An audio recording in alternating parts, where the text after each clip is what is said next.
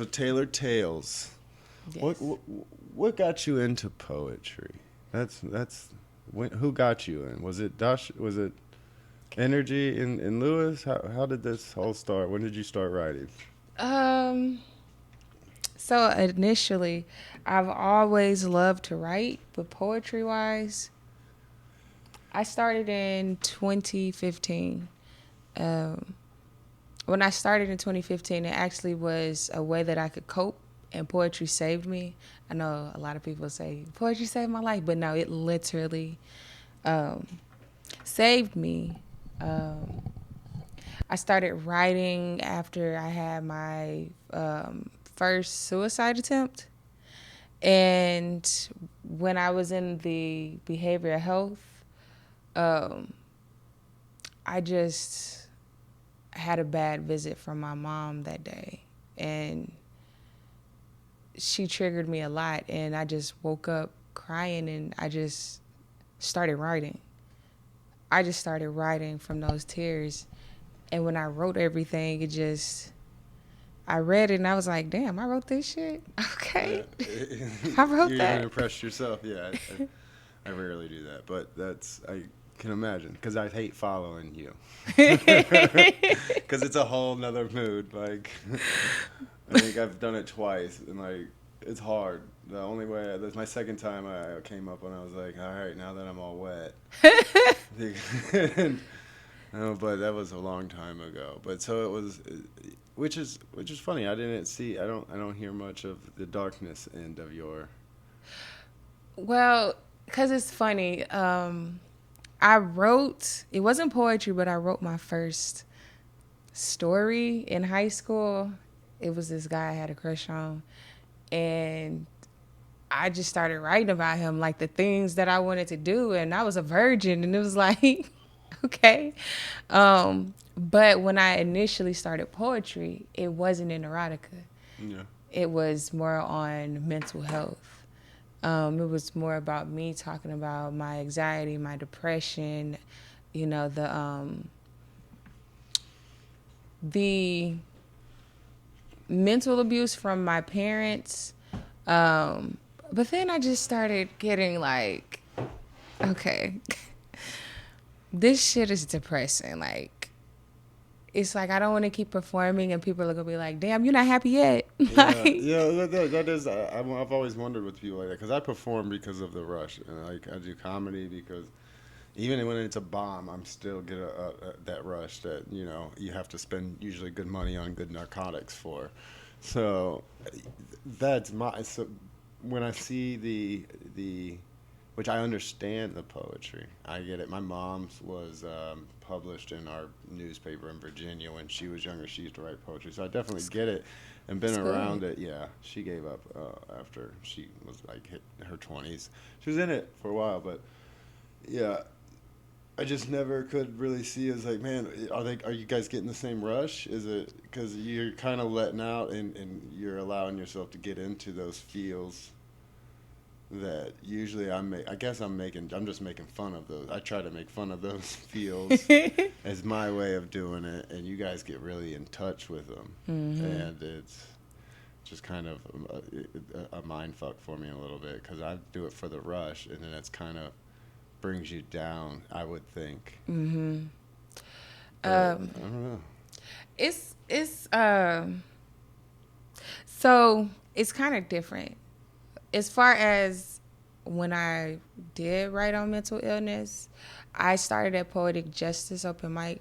Corey Black, um, he was the first person that I actually reached out to start my poetry journey. And when I performed there, you would think that writing it and performing it would bring you down and trigger you, and sometimes it can. But the rush comes in when you understand that there are people out there in that audience that need to know that they're not suffering alone. They need to know that there's someone out there who's very open about mental illness and accept it. And just by voicing how you feel or just normalizing it's okay to not to be okay, it could help someone really take a look at themselves or want to seek help. And face the yeah. I get it. I okay. I didn't understand the mental health thing for a long time until I tried to quit smoking cigs and started taking this pharmaceutical Concerta or some kind of pill. Mm. And like I was at work. I remember I was at work one day, and I had already been having a rough week, and like I just wanted to cry. I like dropped my tool belt, got in my car, and just drove home middle of the day at work. Like I'm building a house, second floor, and just like fuck it. I never thought it was a real thing. I was like I couldn't. I was like y'all just tripping. And then I was like, oh, all I wanted to do was go home and crawl in bed. Like that's all I wanted to do, and I didn't want to be around nobody. I didn't care about nothing. And I was like, oh shit, this shit is real. Like, okay, maybe this is a piece of what depression is, because I know I wasn't. What was that? What's the famous comedian? I think it was Chris Rock talking about white people being depressed. What you gotta be depressed for? Smile, you're white. You know, so I was always like, I do have it a lot better than a lot. So I'm not gonna. But then it's just a completely different thing. It's definitely something chemical in the brain that from trauma as a young, I definitely believe you become a product of your environment. Yes. And if your environment when you're young, those first 10 years or so is like the time as a computer you're being programmed, like and what you see around you and what's around you, those are going to be your main life habits, and it's going to be really hard to reprogram them basic habits that you. So if trauma is one of those main things that you're used to. And I know people that have to, if they don't have some kind of drama or trauma in their life, it's like they're not happy. Oh, yeah. They're just toxic. They have to have it, you know? And like Yeah. my mom is one kind of like that. Like there's always something she's gossiping. And I guess it is just a gossip thing a little bit, but sometimes she takes it a little too. It's like, man, you tripping.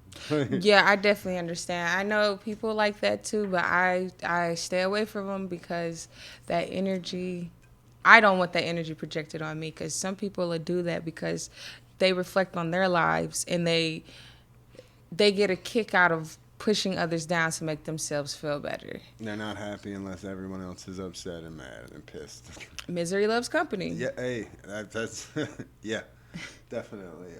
It does. But I feel like it's a part of the self-fulfilling prophecy. What you see, that's how you see yourself. You walk outside and you see a poor environment. You're always being told that, you're never going to be great. You're always being beaten down to the ground. So now you're going to internalize, well, maybe it's true. Maybe I'm not. Yeah. And with men growing up, it's understandable as to why the mentality is, oh, that's not real, mental illness, I don't believe in that. It's because often men aren't given those safe spaces where they can be, I don't like to say weak, I like to say human. Because it's a big deal in the black males. Like, it's huge. And like I was just watching a study about it and everything because of the pandemic and the increase. But one good thing that is about it is there are more stepping up and they're like, hey, something's fucking wrong. Instead of taking that energy and putting it into a wrong place. But yeah, males alone and everybody. I guess today we don't really care, male, female. But depression, like that's one of those things. I was like, But you're right. I think a lot of the males ones is just because if our tax bracket doesn't say we a man, like. Because I still get that today. Like, my wife makes good money. I make good money, especially if I'm, like, building houses. I'll make more than her. Mm-hmm. But when I went to switch to the cannabis industry, took a huge pay cut. I look at her, tax. I'm looking at mine. I don't feel. I had this feel of inferior, or it's like I'm not the breadwinner, and that's something our society has created.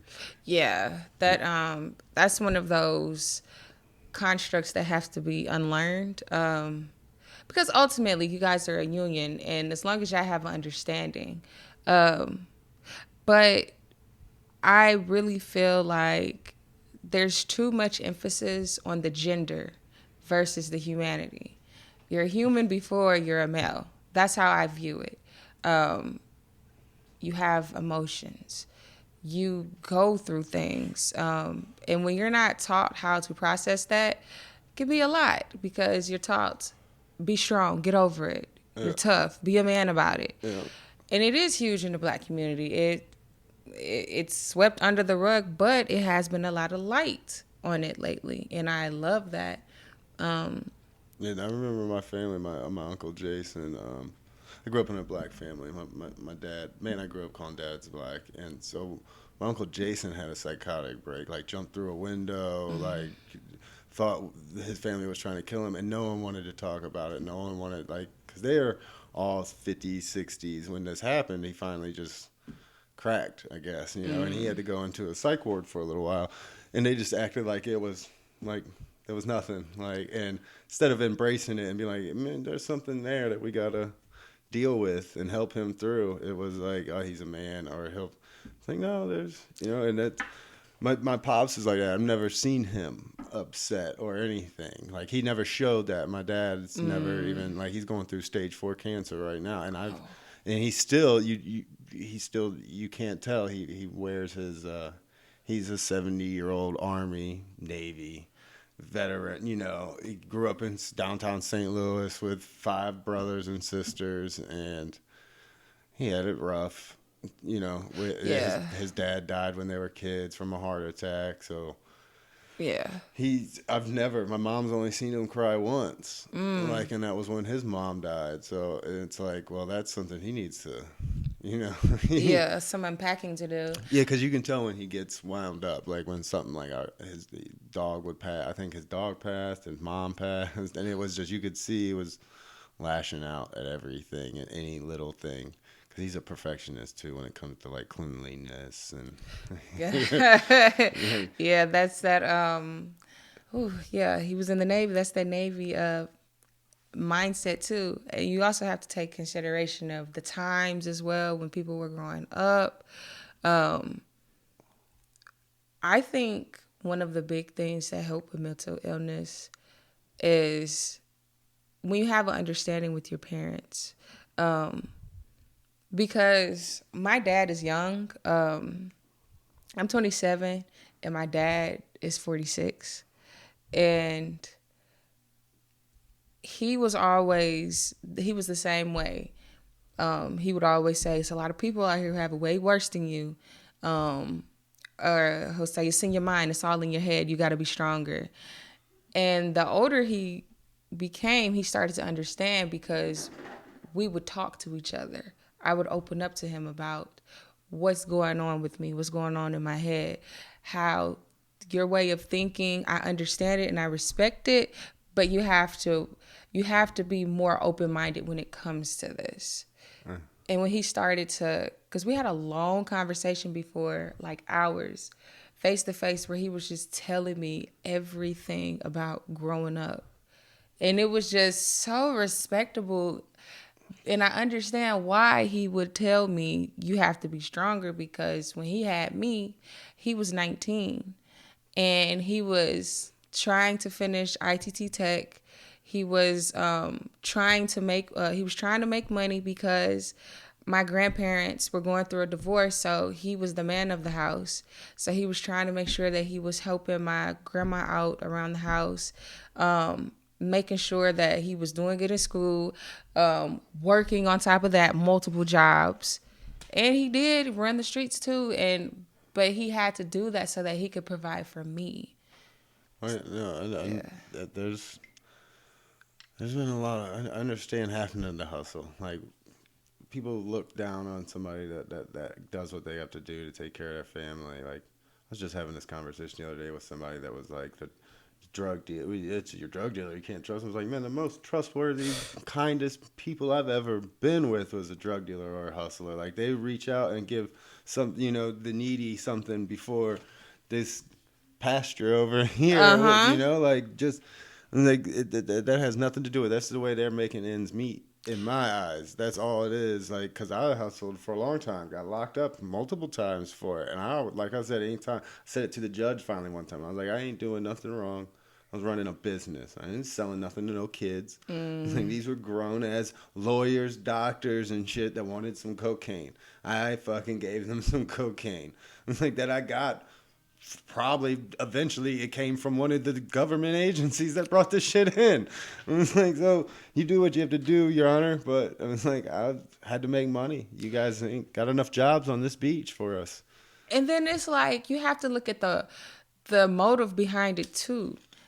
Are you just selling because you like to have that power? You like to be able to control others? Or are you doing it because you got to do what you got to do to make your ends meet and to take care of yours? Yeah, yeah. I had 2 jobs and I hustled. Mm-hmm. And that's why I got busted at work. Because I did construction today and restaurant work, usually I bartended or cooked at night. And I would sling dope out of the restaurants that I worked at. You know, and I mean, you got a lot of money. Blow on the beach was big, like getting 110, 115 bucks a gram. Like, yeah. Yeah. Yeah. Out here, it's not as good, but it gets, you can get the ball for that. So, yeah. And all those rich fucking people from Pennsylvania and New York that come down there that have these $1 million beach cottages that they stay in for a week out of the year. You know, it's like they got the money. They're going to get some cocaine. And that's where, and the crazy part is most people would think like more in the urban communities. That's not where the drugs are. No, that's not where the drugs are. Not the hard ones, not the heroin, the ones that are killing people. Yeah, well, heroin, methamphetamines, which you don't hear many people dying off of that. You hear people throwing their lives away from it because they can't control it. But I mean, you go to a college campus and 90% of them are meth heads. I mean, that's one oxygen molecule difference just because the people in the street making it can't synthesize that chemical that's needed, as well as these labs that make I mean, you test it, it tests the same. You look at studies, it's all the same thing. In our college campuses is 90% on Adderall, Ritalin, Vyvanse. But these are, yes, heroin, meth. Like, you don't go down into the urban areas and see fucking broke up bubble pipes and shit like that. No, you see a bunch of fucking blunt wrappers and shit. That's about it. And I mean, weed. Like somebody said it a long time ago. I forget which one it was, who it was, but they were like, "We don't have the passports to bring this shit in. It's not us. We don't have the fucking shipping and distributing to bring this shit in the way it's being brought in." And like, we all know it's been out there. The CIA had like 2 planes go down full of cocaine. They've had multiple officers come out and say. Talk about it. The one that originally did was murdered and committed suicide by like shooting himself in the back of the head or some shit. So like, we know, and just like the opium epidemic, why did that all of a sudden start happening as soon as we went to war in the Middle East? And you know what's in the Middle East? A shit ton of fucking opium fields. So if you look at the graphs, it all goes up like together. Like you can see when cocaine was being brought in. And like, we know now that they were using that money to fund like operations to overthrow, like they would fund basically what we call domestic terrorists. They would call guerrilla rebels or whatever. And they would fund them and train them out and as in jungle warfare and everything, and get them to destabilize the government and get it to overthrown. And then we would come in and put in, just like we've done to Venezuela, like we've been trying to do to Cuba forever, just like we're doing in the Middle East. Like, we're putting in the people that we want. America is. I mean, that's how it is. We're committing genocide right now in the Middle East, have been for 20 plus years. There's people fighting in Afghanistan or in the Middle East right now that their father was fighting that war. And that's been like a big saying forever. It's like, no kid should have to fight their father's war. No. Like, no war should go on that long. So it's like the drug issue. If you watched, who was it, Reagan, when he came on and he was talking about the crack epidemic? He was like, we've got something. It's 100 times stronger than cocaine. And all you need is this little baking soda, get a bottle of water and some Coke and a little heat. That's all you need. And that's what he did. And like, they created that fucking shit. Yeah, he did. I mean, from what I hear, meth's better. More productive. I'm crying. He said more productive. I know if I take, I took Adderall as a kid a shit ton. So when I take it, I want to read a book or like clean and organize and get my life together. But anything about that. I've never had Adderall before, but I always felt like I probably needed it. Like, I. Yeah, they're definitely now today. They've really been doing more and more research into ADHD, ADD. Mm-hmm. Like I can ask people a few questions. How well can you read a paragraph and remember it? How many times will you have to remember it? I mean, read it before you actually comprehend. Okay, this is what's happening. This is the structure of it. You know the beginning, middle, and end of that paragraph. If it takes more than once or twice, you probably got ADHD. If you can't find a task and make it to the very end of it because you lose interest because you can already see the end results, Mm-hmm. you lose interest. But if there's certain things you do find that like you can get all of a sudden you just hyper focus and you like 2-3 hours are just on that task. You don't want to be interrupted, and you just have this fulfillment. You're feeling like you're so excited to be learning this new information or doing this hobby or task. You don't know why. You just hyper focus in on it, and like that's ADHD. Like most people have a steady stream drip of that serotonin, dopamine, Mm-hmm. and people with ADHD, ADD. From what I'm understanding is instead of that steady drip, it like builds up into one big like drop, and then it dumps, and you're like you. That's when usually you'll see some ADHD people that find something or they get into a task video game, they'll sit down and play 10 hours of video games, or somebody to read a whole book or something like that. Is because instead of that steady drip, they're just given that it dumps. They have it collects and then dumps. Oh, And wow. you hyper focus in. I guess, and I understand that for sure because it happens to me all the time. If I find something, a new documentary that I'm interested in, for a while there, it was like the financial crisis of 2008. For like a month, I studied and could tell you anything and everything about that shit. And that's my big ones is like shit that the big time corporations do that are illegal that aren't being talked about, or like CIA fucking declassified shit I get into. It's like, see, y'all called us a conspiracy theorist. You know? It's easy to call those who pay attention and research conspiracy theories because people fail to realize that the truth will always be stranger than fiction. Yeah. Oh yeah, and that's what I was talking about to somebody that was really bad at the anti-vaxxers, and I'm not anti-vax by no means. Obviously, I'm an American that's only 32. I've had been vaccinated. So, but these people that are so mad at these people that are hesitant on getting it, it's like you're asking these people to take two of the most untrustworthy, unethical entities, the U.S. government and Big Pharma, America's Big Pharma, and to trust them. Like they just, like they didn't. Two of the companies, J&J and what's the other one?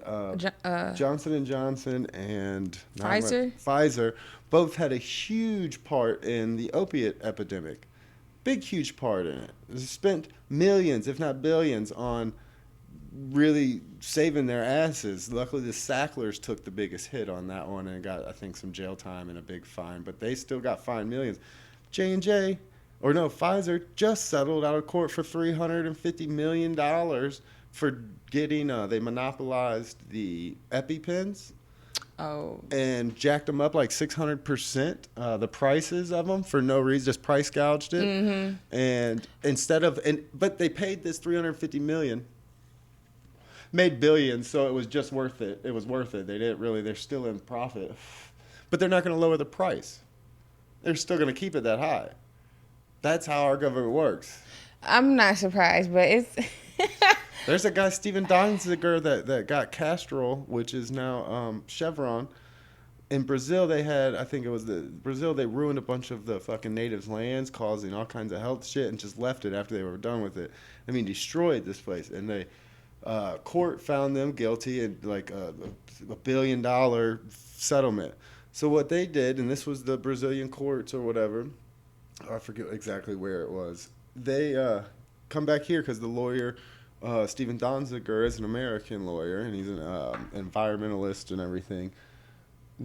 Chevron gets a New York judge that's invested in them to put him on, to hold him in jail and then house arrest for 2 years for contempt of court because he wouldn't turn over his laptop that had client the attorney privileges. Like you don't.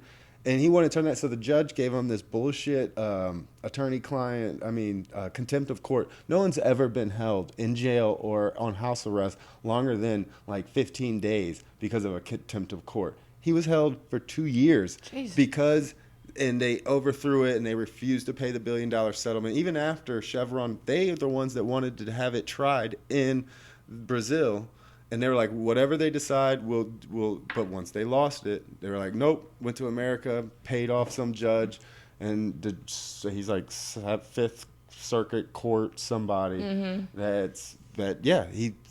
and was just found guilty and gonna have to do more jail time, millions of dollars in fines and all that. And it's just like, this is how the perfect example, Epstein. That's sick. Nothing. I mean, come on, that's the perfect example. They gave him a year in prison for fucking rape the first time he was caught. And they said, oh, soliciting for sex. You can't solicit sex from a minor. Minors can't give fucking consent to sex. They are not an adult. So any kind of sexual anything with someone under 18 is statutory rape, and it's in that level of shit. And he got soliciting sex, and they gave him the weekdays he was allowed to be out of the jail and at his house for work, and on the weekends he had the run of the mill. I don't even think the motherfucker's dead, but that's just me. Rewarded. Yep. And then they told him it was above his pay grade. The judge that decided to do it, and they the victims got fucked in that because the ones that came out and came up against him, they didn't get to have a say and didn't get to agree to this settlement that they made, this backroom deal, the lawyers and everything, and the judge, and the attorney general, and that's against the law. See, the victims were supposed to be the ones that agreed to a settlement. They didn't agree to anything. They didn't even know what was happening. It just. And then they gave with that case, they gave the reason they've had such issues and no names have come out is because that case basically gave them immunity. Everyone that was connected to the case and everything, they're all immune. That's why we don't know about all the shit like with Ghislaine that's in prison right now, sitting in jail. They're talking about her maybe getting the Cosby deal. It's shit like that. When it comes to the whole Epstein situation, it's shit like that it's more than pisses me off because that right there, that outcome is reasons why a lot of victims of rape, they don't say anything. That they're quiet. They never report because they're just going to have to relive that trauma all over again because they're not being questioned out of care. They're trying to see, are you telling the truth? Can we trip you up of your story? Is it going along? A lot of those girls, there was multiple, probably tens, if not hundreds of girls that really thought he, had them brainwashed into thinking he was, in love with them and, been brainwashing them since they were 14, 15, grooming as they called it. That is so sick. Yeah, it's like R. Kelly. That was what he's gone down for, is the grooming and holding a girl. I think he held a girl hostage or something, basically. Yeah. The Epstein was doing the same thing, but he was taking them around the countries. I mean, those girls. Let's be honest. I've met some girls that were in I knew a girl and she was a escort. I had drove for an escort company at nights back in the day. Just sat in the parking lot and whatever. But she had a real rough life, and she went through her parents or stepdad would pimp her out at 11, 12 years old, and they grew up in a slum. She didn't have nothing. nothing, like horrible abuse. And then you see the Epstein victims, and they're like, yeah, we took us to the tropical islands, and then we would go to Louis Vuitton and Gucci and shopping sprees and everything. I'm watching the documentary. I was like, I might, I might suck a dick and go find one of them. That sounds like a vacation to me. I know it's not, and that's horrible to say, but as a comedian, I'm seeing that because I've met women that have been through a lot worse. And usually when you think of sex trafficking, you're not thinking of tropical islands. And I might have sucked Bill's dick and Trump's. Let me get the new Gucci bag. No, it's gonna take more than a Gucci bag. More than a Gucci bag. But you hear of that, and then my big thought always is the ones that get brainwashed into it. It's like they really thought this dude loved them.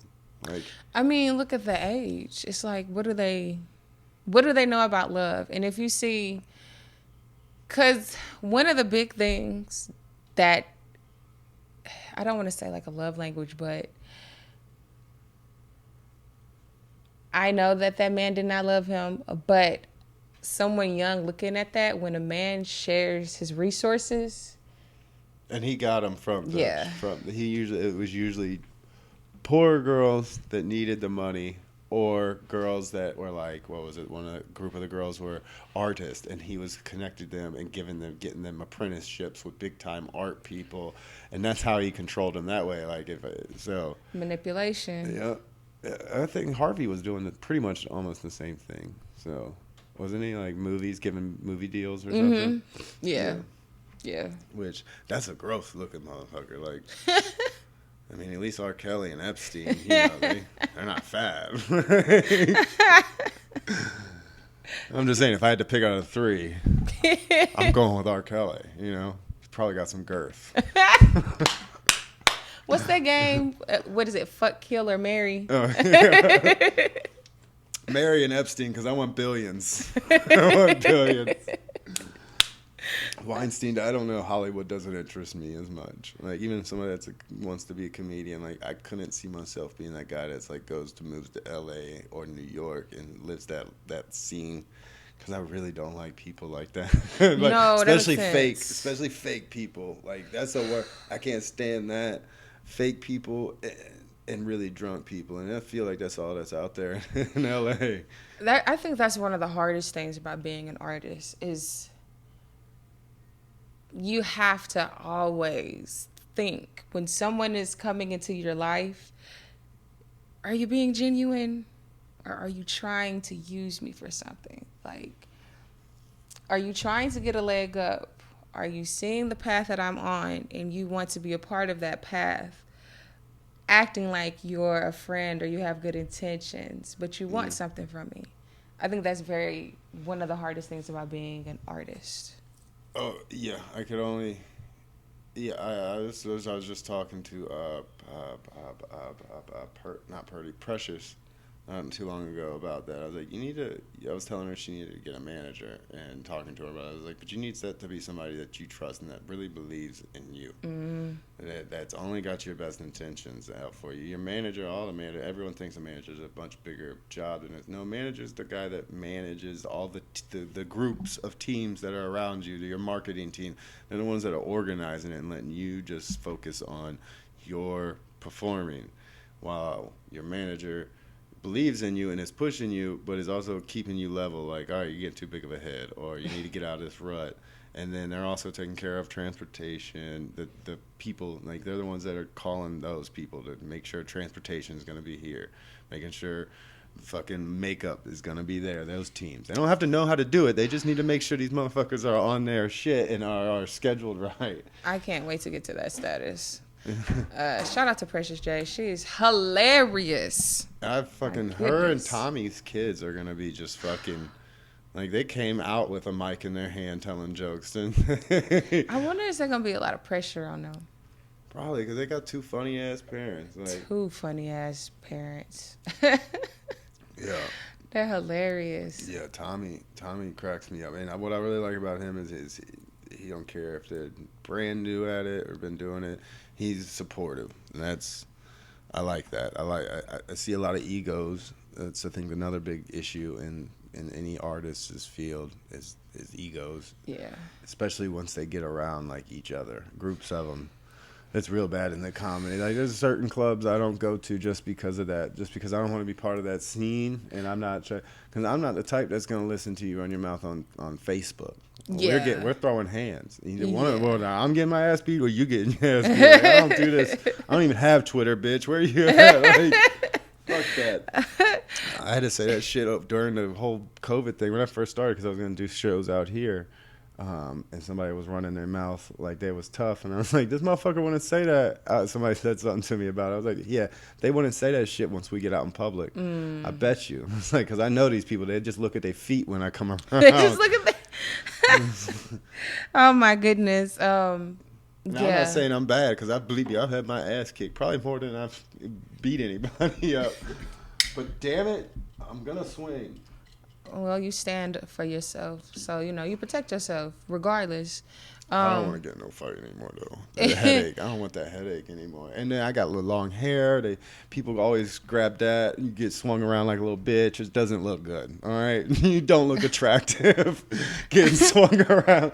Like, is that dude beating up a chick? I am crying. It definitely is a lot of. You can run into egos. You can. But that is something that I do admire about Tommy is because he's very humble. He always knows where to grow. Every time I'm talking to him, he's always talking about what he needs to work on, what he needs to get better at. Yeah, he's. I mean, I've tried to get him over here multiple times, but it's so hard. Like, as you can see, especially now that everything's opening back up and everybody is getting booked again, which is great, but it's really hard to book people.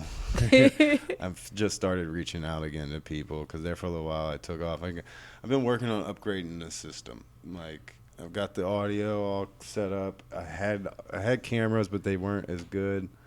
Dude, man, told me when I exchanged them, he's like, "You got the new iPhone." He's like, that camera, if you're not moving it around and doing like motion and everything, if it's just sitting in a tripod, that thing you can do 4K, which I don't because that eats up a lot of memory. I did my first podcast at 4K with it, and it was like 3 hours long, and it was like all the data, like all like 50 gigs. I was like, shit. Yeah, that iPhone camera come in handy though. Yeah, it really does. I'm waiting on two new cameras and a switcher board, so I can, like, as I'm talking, the camera can be on me, and then, like, if I ask you a question, I can switch it, and while you're talking, kind of like Joe Rogan or Joe Budden's was, a couple of the other, like Charlemagne's, just different angles, so I can get picked up on the better quality your shit is on YouTube, and like you have multiple angles, all that shit the algorithm looks at, and like we'll put your shit, if you got it all looking nice, then they'll throw you in like recommended videos to watch. Okay. So it's like the highest quality videos get put first. So and then shorts. I don't think shorts really matter. It's like TikTok on YouTube now. And some of those, like, I'm sure I'll find something in this episode to put as a short. And usually I can get, like, I do like 3 or 4 from each episode, and I'll get, I don't know, one or two will usually get a few thousand, if 10, 15,000 views. And it's not just Missouri, it's all over. Oh, that's amazing. I get some good. Yeah, besides YouTube's bad for comments. The YouTube world is brutal, and some of them are good. Some of them hit you in the feels. They're like, like they know exactly where your weakness is. You're like, man, that's right, I am. Fuck this. I feel that. But I don't ever respond. I don't read them usually. Only ones that I read them and to make sure they're not like being super offensive or malicious to the person that I'm having on.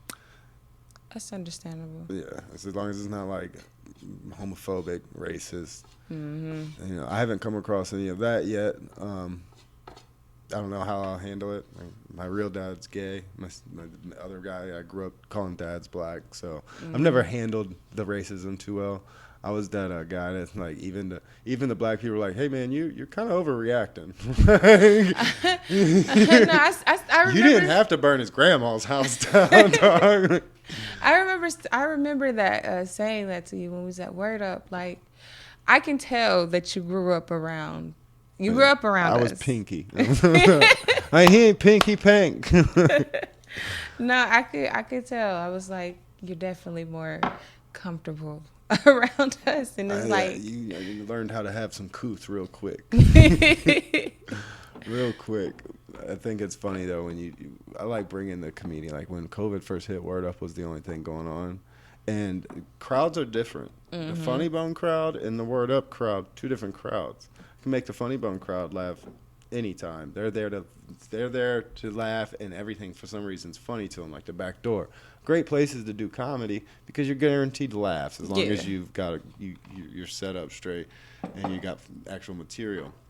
Word Up, they paid they $5. They want to fucking laugh, and you better be funny. Like, and that's why I like the Word Up so much. Legacy alone, just because I find out if a joke's good or not. I don't want to like just get laughs from like I'm testing out new stuff. Usually I try to every open mic, I'm trying something new or some joke or a different way. So they them just laughing at stupid stuff doesn't give me the read that I need on it. I need to be able to read the crowd and to know if it's actually funny. And Word Up, if your shit is not funny and it falls flat, it's flat. Like, you need that. That's how you grow. Yeah. But when it was so nice seeing some of these guys that you mainly stuck at the Funny Bone and the clubs, like the white guys, the white comedians that only usually performed white crowds, they came there. And some of them that everyone thought was really good would bomb. There was only one that came back and was like, fuck that. Will O'Donnell. And he didn't bomb. And not at all. He just didn't do as good as he usually does. And then he came back the next week, switched everything up. And I was like, that's a comedian with skills. Like, he knew how to adjust his shit. Like, yes. yeah, And I could tell, jokes, too. Culture is a thing. That, like, there are certain things that people don't get. Yes. Because when it started happening, when I would see, more of the white comedians come up there, I'm okay. When they come up there, and I'll just listen to the jokes, and I'm just like, do they not do their research on us? Like, what we perceive funny is so different from, yeah. Like, you got to read us, because I know what I've seen often, like with a lot of comics, like with a lot of white comics, is like, when it comes to dick, like the dick sucking, it's like you got to be careful, because it's like, it's funny, but with our crowd, it's a hit or miss with the dick sucking jokes. Like, okay, hats off to you for trying that. Like, yeah, it's got to be funny. You got to have, I knew the one that I don't use. I have it's a joke I always take out at the Word Up, and I realized it one day. Just was like, man, that joke usually hits really hard at like not Word Up, but Backdoor and all the other places. It's like, but when I'm the only white guy, and it's the joke where I was like, I got pulled over recently without any drugs on me. And I started thinking, I was like, brothers, they get pulled over all the time with nothing on them, and it don't go well to them. And being cocky to the police usually, like that isn't. That's. I understand where you're coming from. It falls flat every time. They're just like, we got to know. It's just one of those tension things. Hopefully one day it passes and we can get past that. But it is definitely one of those tension jokes. But I chuckle. I laugh when you say, "Here, I'll help you search the damn card." Like, when you say that part, that one, it gets me every time though. Yeah, it's a good joke, and I fucking forget. I was sitting there talking to somebody, and we were talking about getting pulled over, and I was like, didn't have any weed on me. I was like, man, you know how good of a feeling that is to be legal and get pulled over with nothing illegal on you? Shit, yeah, man, I haven't had that in a long time. Now that weed's legal, I just got to actually get my card, my medical card. I've got my growers, my cultivation's license, and Missouri medical marijuana agent ID. I just don't have a actual. I can't go to the stores and buy it. I can grow it for the stores. I can't buy it from the stores. So okay. Yeah. Yeah. Okay. Yeah. It's. I gotta spend another fucking $200 because I can get the medical card, which it's actually only $75. But I'm also gonna get the license to where I can do plants at my house legally finally because I've been doing them so long illegally. It's like might as well. Yeah, I was supposed to do it a lot sooner and do an outdoor crop, but I missed out this season. The last season's was good, but you don't ever see you out there smoking with us too much. You're not big into the pots, huh? Here and there. Here and there. Yeah, no, that's cool. That's cool. But it's like, for me, I don't think that it's. I've never seen marijuana as a drug. I feel like it brings more positive. Oh yeah, definitely. It's better than alcohol. It really is. Statistically, all day. It's better than alcohol, and I know for me, if I do that, I am going to forget my poem. Like. Oh yeah. I do that to a lot of comedians. I do it to Mike Ratcliffe all the time. Like, hey man, come on, let's get in the car. I want to talk to you. And I fucking smoke 2 or 3 bowls with him, and he's a drug addict like me, so he doesn't say no. If you pass it to me. Me with the weed is a little different. If you pass me some swag, I'll pass it up. I'll be like, nah, I'm good. I'm cocky. I only smoke good herb. I was in this show recently, and it was curated with. It was a curated show, and it was a mixture of. How can I say this? There were singers, rappers, and poets, and there was this one. There was this one rapper who was performing, but all of a sudden just stopped his whole set. He was so high, he forgot his song. And he had to just get off the stage. And I was like... Well, damn, he got off there. He forgot. Oh, shit. I get it. I carry a notebook with me, and half the time, like, a lot of times, I don't even need it. I just keep it just in case, because there are times that I do space. Like, I have my regular, my little 10, 15-minute set that I can do. I've got memorized. But if I'm trying to do something different with it, yeah, and I, like, start veering off and I'm working on something just playing around, coming back, sometimes I'm like, where the fuck was I? Like, what was I talking about? Like, yeah, so that happens to me sometimes. But, Do you see the crowd? Huh? When you're performing, do you see the crowd? Yeah, that's that for a long time I didn't, and it wasn't until I went to Indiana last month or so ago. I got to do 20 minutes, a couple for the weekend, Friday and Saturday nights, and I actually got to I made more of my jokes was more of in a story kind of way. It wasn't just one-liners. I did a lot of one-liners too, but I was able to laugh and participate with the crowd and enjoy the comedy and enjoy the laughter with them. Usually at open mics, especially at the ones like Funny Bone, 4 minutes, the lights are right on you. You don't get a chance to even, if you try to do crowd work, you better just do all crowd work. Because you don't get a chance to, like, 4 minutes it goes so quick. But see the crowd, I try to more and more. That's a big part that I'm working on, like, this year that's like the goal this year is to be able to work a crowd better, realizing what my crowd, how they react. Like a big one I want to do, I keep saying I'm going to start recording the crowd instead of myself, so I can see their reactions to my jokes and see how they're actually reacting. Just because that's what I'm there for. I'm trying to get a read off the crowd to see how this goes.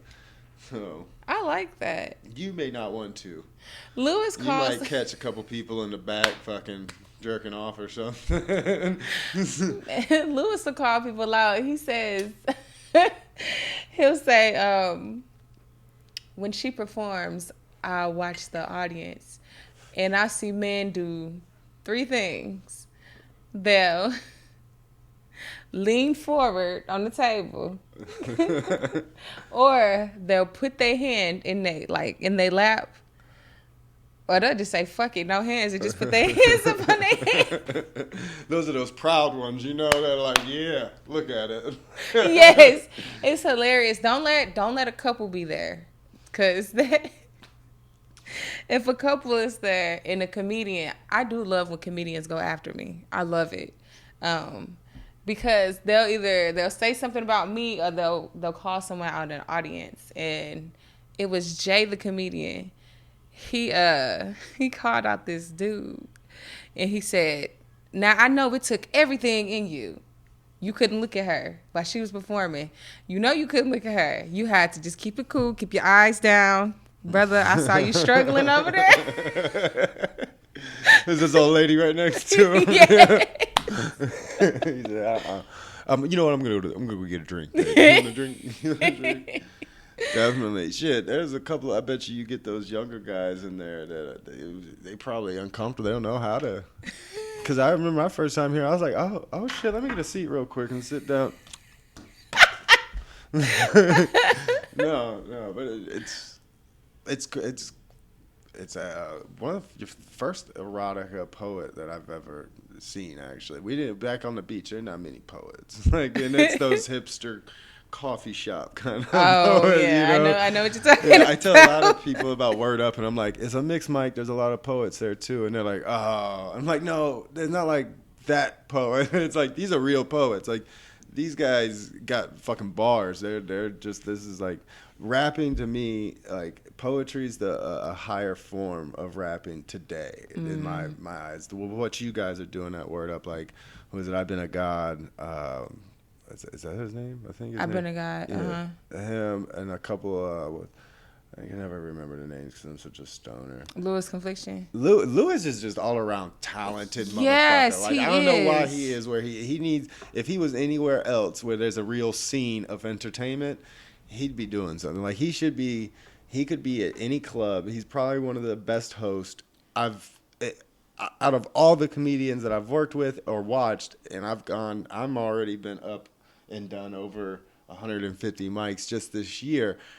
That's better good. than every fucking comedian, the host that I've seen. But better than professionals, better than Willie, what's his name, which was really good, that did last year's helium competition. Like, Lewis is better than them all. Like, hands down, I don't know what else he's doing in life, but that he's got a skill and a talent when it comes to hosting anything. Like, He is just a dope ass person. Like, singing, just when he goes off the top, yeah. he leaves this planet. And then when you actually have just a regular conversation with him, it's just like, damn, are you even human? Like, yeah, he's too cool. He's too cool. He He's is. like, man, you just got it all. Yeah, you got it all. You got a big penis too, don't you? Your tripod. He's probably one of my favorite human beings. Lewis, I love. It's when he's not there. There's only been one or two times when I've gone there and he wasn't there. It's just it's a different feel, without Lewis there. Energy too, though. She's nothing. She's an amazing host too, and she's just on another level of the deepness and like intelligence and intellect wise. It's like hard to keep up with her. She's very impressive. And she knows what she's doing. Like she's doing her thing. She's smart. She's not like yeah, and they help out a lot. What I hear, they help out with the homeless shelter and shit, that they fucking donate a lot of shit, man. Lewis, I heard that, yeah, they do a lot. Lewis, he will, it's a couple days out the week that he will just get a bunch of food, like a bunch, and he'll cook. Like, he will literally cook for the homeless and pass out the food. And it's just it's like, you're just a great human. Like, can we have more of you, please? I want to see his browser history. We're going to see how good he is. What are you trying to make up for, buddy? You are hilarious. You are too good. Too good of a person. But energy is definitely dope. I've grown a lot. ever since I met her, I did grow a lot. I've done shadow work just watching her and just seeing how she communicates. I love how you can never tell if something's going on. Like you can never tell if something's going on. She always remains professional, keeps a smile on her face, Yeah. very great energy. Like she's just light. So yeah. Yeah, yeah. She makes you feel like not flirting, but like she's interested in you. Like everybody, because I see all kinds of dudes that are like, "Oh shit, do I got a chance with him?" Like, no, no, buddy, probably way out of your league. Like, I've had a couple of friends ask me about her, and I'm like, oh, "You can try, but I don't think you got the game, dog." Like, you see all these brothers that are up here. I'm sure every single one has tried already. Like, you ain't. I'm sure you ain't got nothing that they ain't got. I am weak. You know, uh, she's you can tell when you know like a good woman when you found a good woman and someone that's got goals and ambitions and isn't just being a lot of women, a lot of relationships, not just women, but they're doing it, they're doing and putting more effort into their partner's goals and they don't even have any. They're just like on the ride, you know, riding along with them for like helping push their goals instead of like 50-50. Like Jules does her thing. She's got her little Etsy. Well, we got an Etsy store, but a lot of it's her running it now. And she does her hobbies. I do like she goes kayaking. I do comedy. We got our own goals, our own like ambitions, and she knows what she wants, and you can see she's going for it. And anybody with that is I don't know. As the opposite sex, as a straight guy, I see it as an attractive thing. Yeah, yeah. Like, almost intimidating. I was you're literally in my head.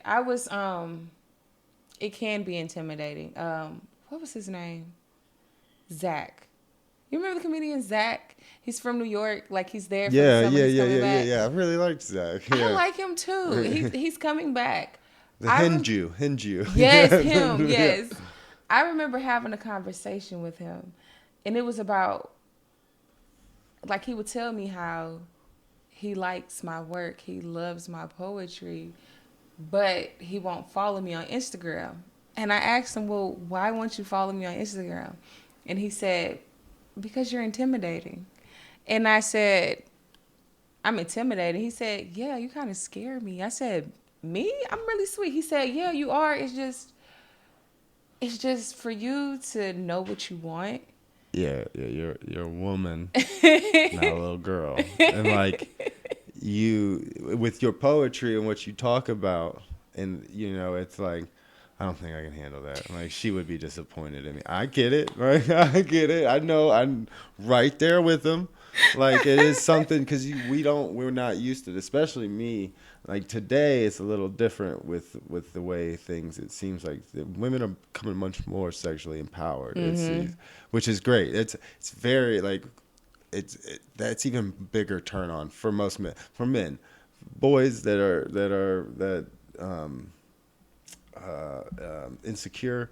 If you got an insecurity and you're still a little boy, like they don't like it. But the Yeah. women, when a woman's empowered and knows, and like there was a girl at a cannabis place and she wasn't like sexy. She didn't have like that, but she didn't. You could tell she didn't care. She wore what she wanted. Like if she thought something was cute, and usually it was, you know, she always had the halter crop top on, and just the way she carried herself made her more attractive. You know, and instead of her trying to worry about her little bit of flab, she rocked the crop top and the fucking. You better rock You that know, crop top. she didn't care, and it's attractive, and we didn't have that growing up. Like girls didn't for the like. Yeah, especially sexually, like with what you're talking, and it's like, yeah, I can definitely see that intimidating. I had to teach every one of my girlfriends like sexually. It was like they weren't teaching me nothing. Like, yeah, and if one did come along like that, it'd be like, oh shit, like, can I keep up? Now that's a, yeah, I can see, and I don't know how strict his family is and who he's allowed to date, and like I feel like I don't know I why know he gives me they're the strict vibe, like yeah the yeah this is who you're gonna marry yeah vibe, like. yeah because I think both those the more Orthodox Jew and the Hindu the Indians they're Hmm. very both of them expect a lot out of their young that's Yeah. I would say I always feel like my spirit is from the 70s. I feel like that's where my spirit is from. Um, it took a lot to get to where I am right now. This just to be me and unapologetically me. Um, I really don't see the issue with women talking about what I do, like not talking at all. about There's it. nothing. It's nothing wrong with it at all. It's like, It's relieving. It's a breath of fresh air. That's something like, because everything else is going to shit. At least, at least that's something like we got. One of our top hit songs over the summer was "Wet Ass Pussy." yeah, And yeah. girls were rocking it. Good job. Some people were hating on Megan and the other Cardi. Like they're changing the game. Like they're changing things by being, Yeah. they're showing women that you don't have to be. You can degrade these motherfuckers just like they That's what degrade I was like. you. It's okay for the men to degrade us, but the minute we want to say, hey, we understand the power of our bodies and what we can do. Oh, no, they're bad. Like, just want to have these negative connotations attached with them, these assumptions, these labels. And it's like, no, I respect it. And it's like, me, I don't care. I don't care. Like, as long as I am able to look in the mirror and I know who that person is in the mirror looking back at me, I'm fine. Yeah, that's see that you're gonna have guys hitting you up now and be like, "Hey, what's up?" Oh, Men, I get it all the yeah. time. So there's guys that don't like that too because they don't know what they want. That is true. Yeah.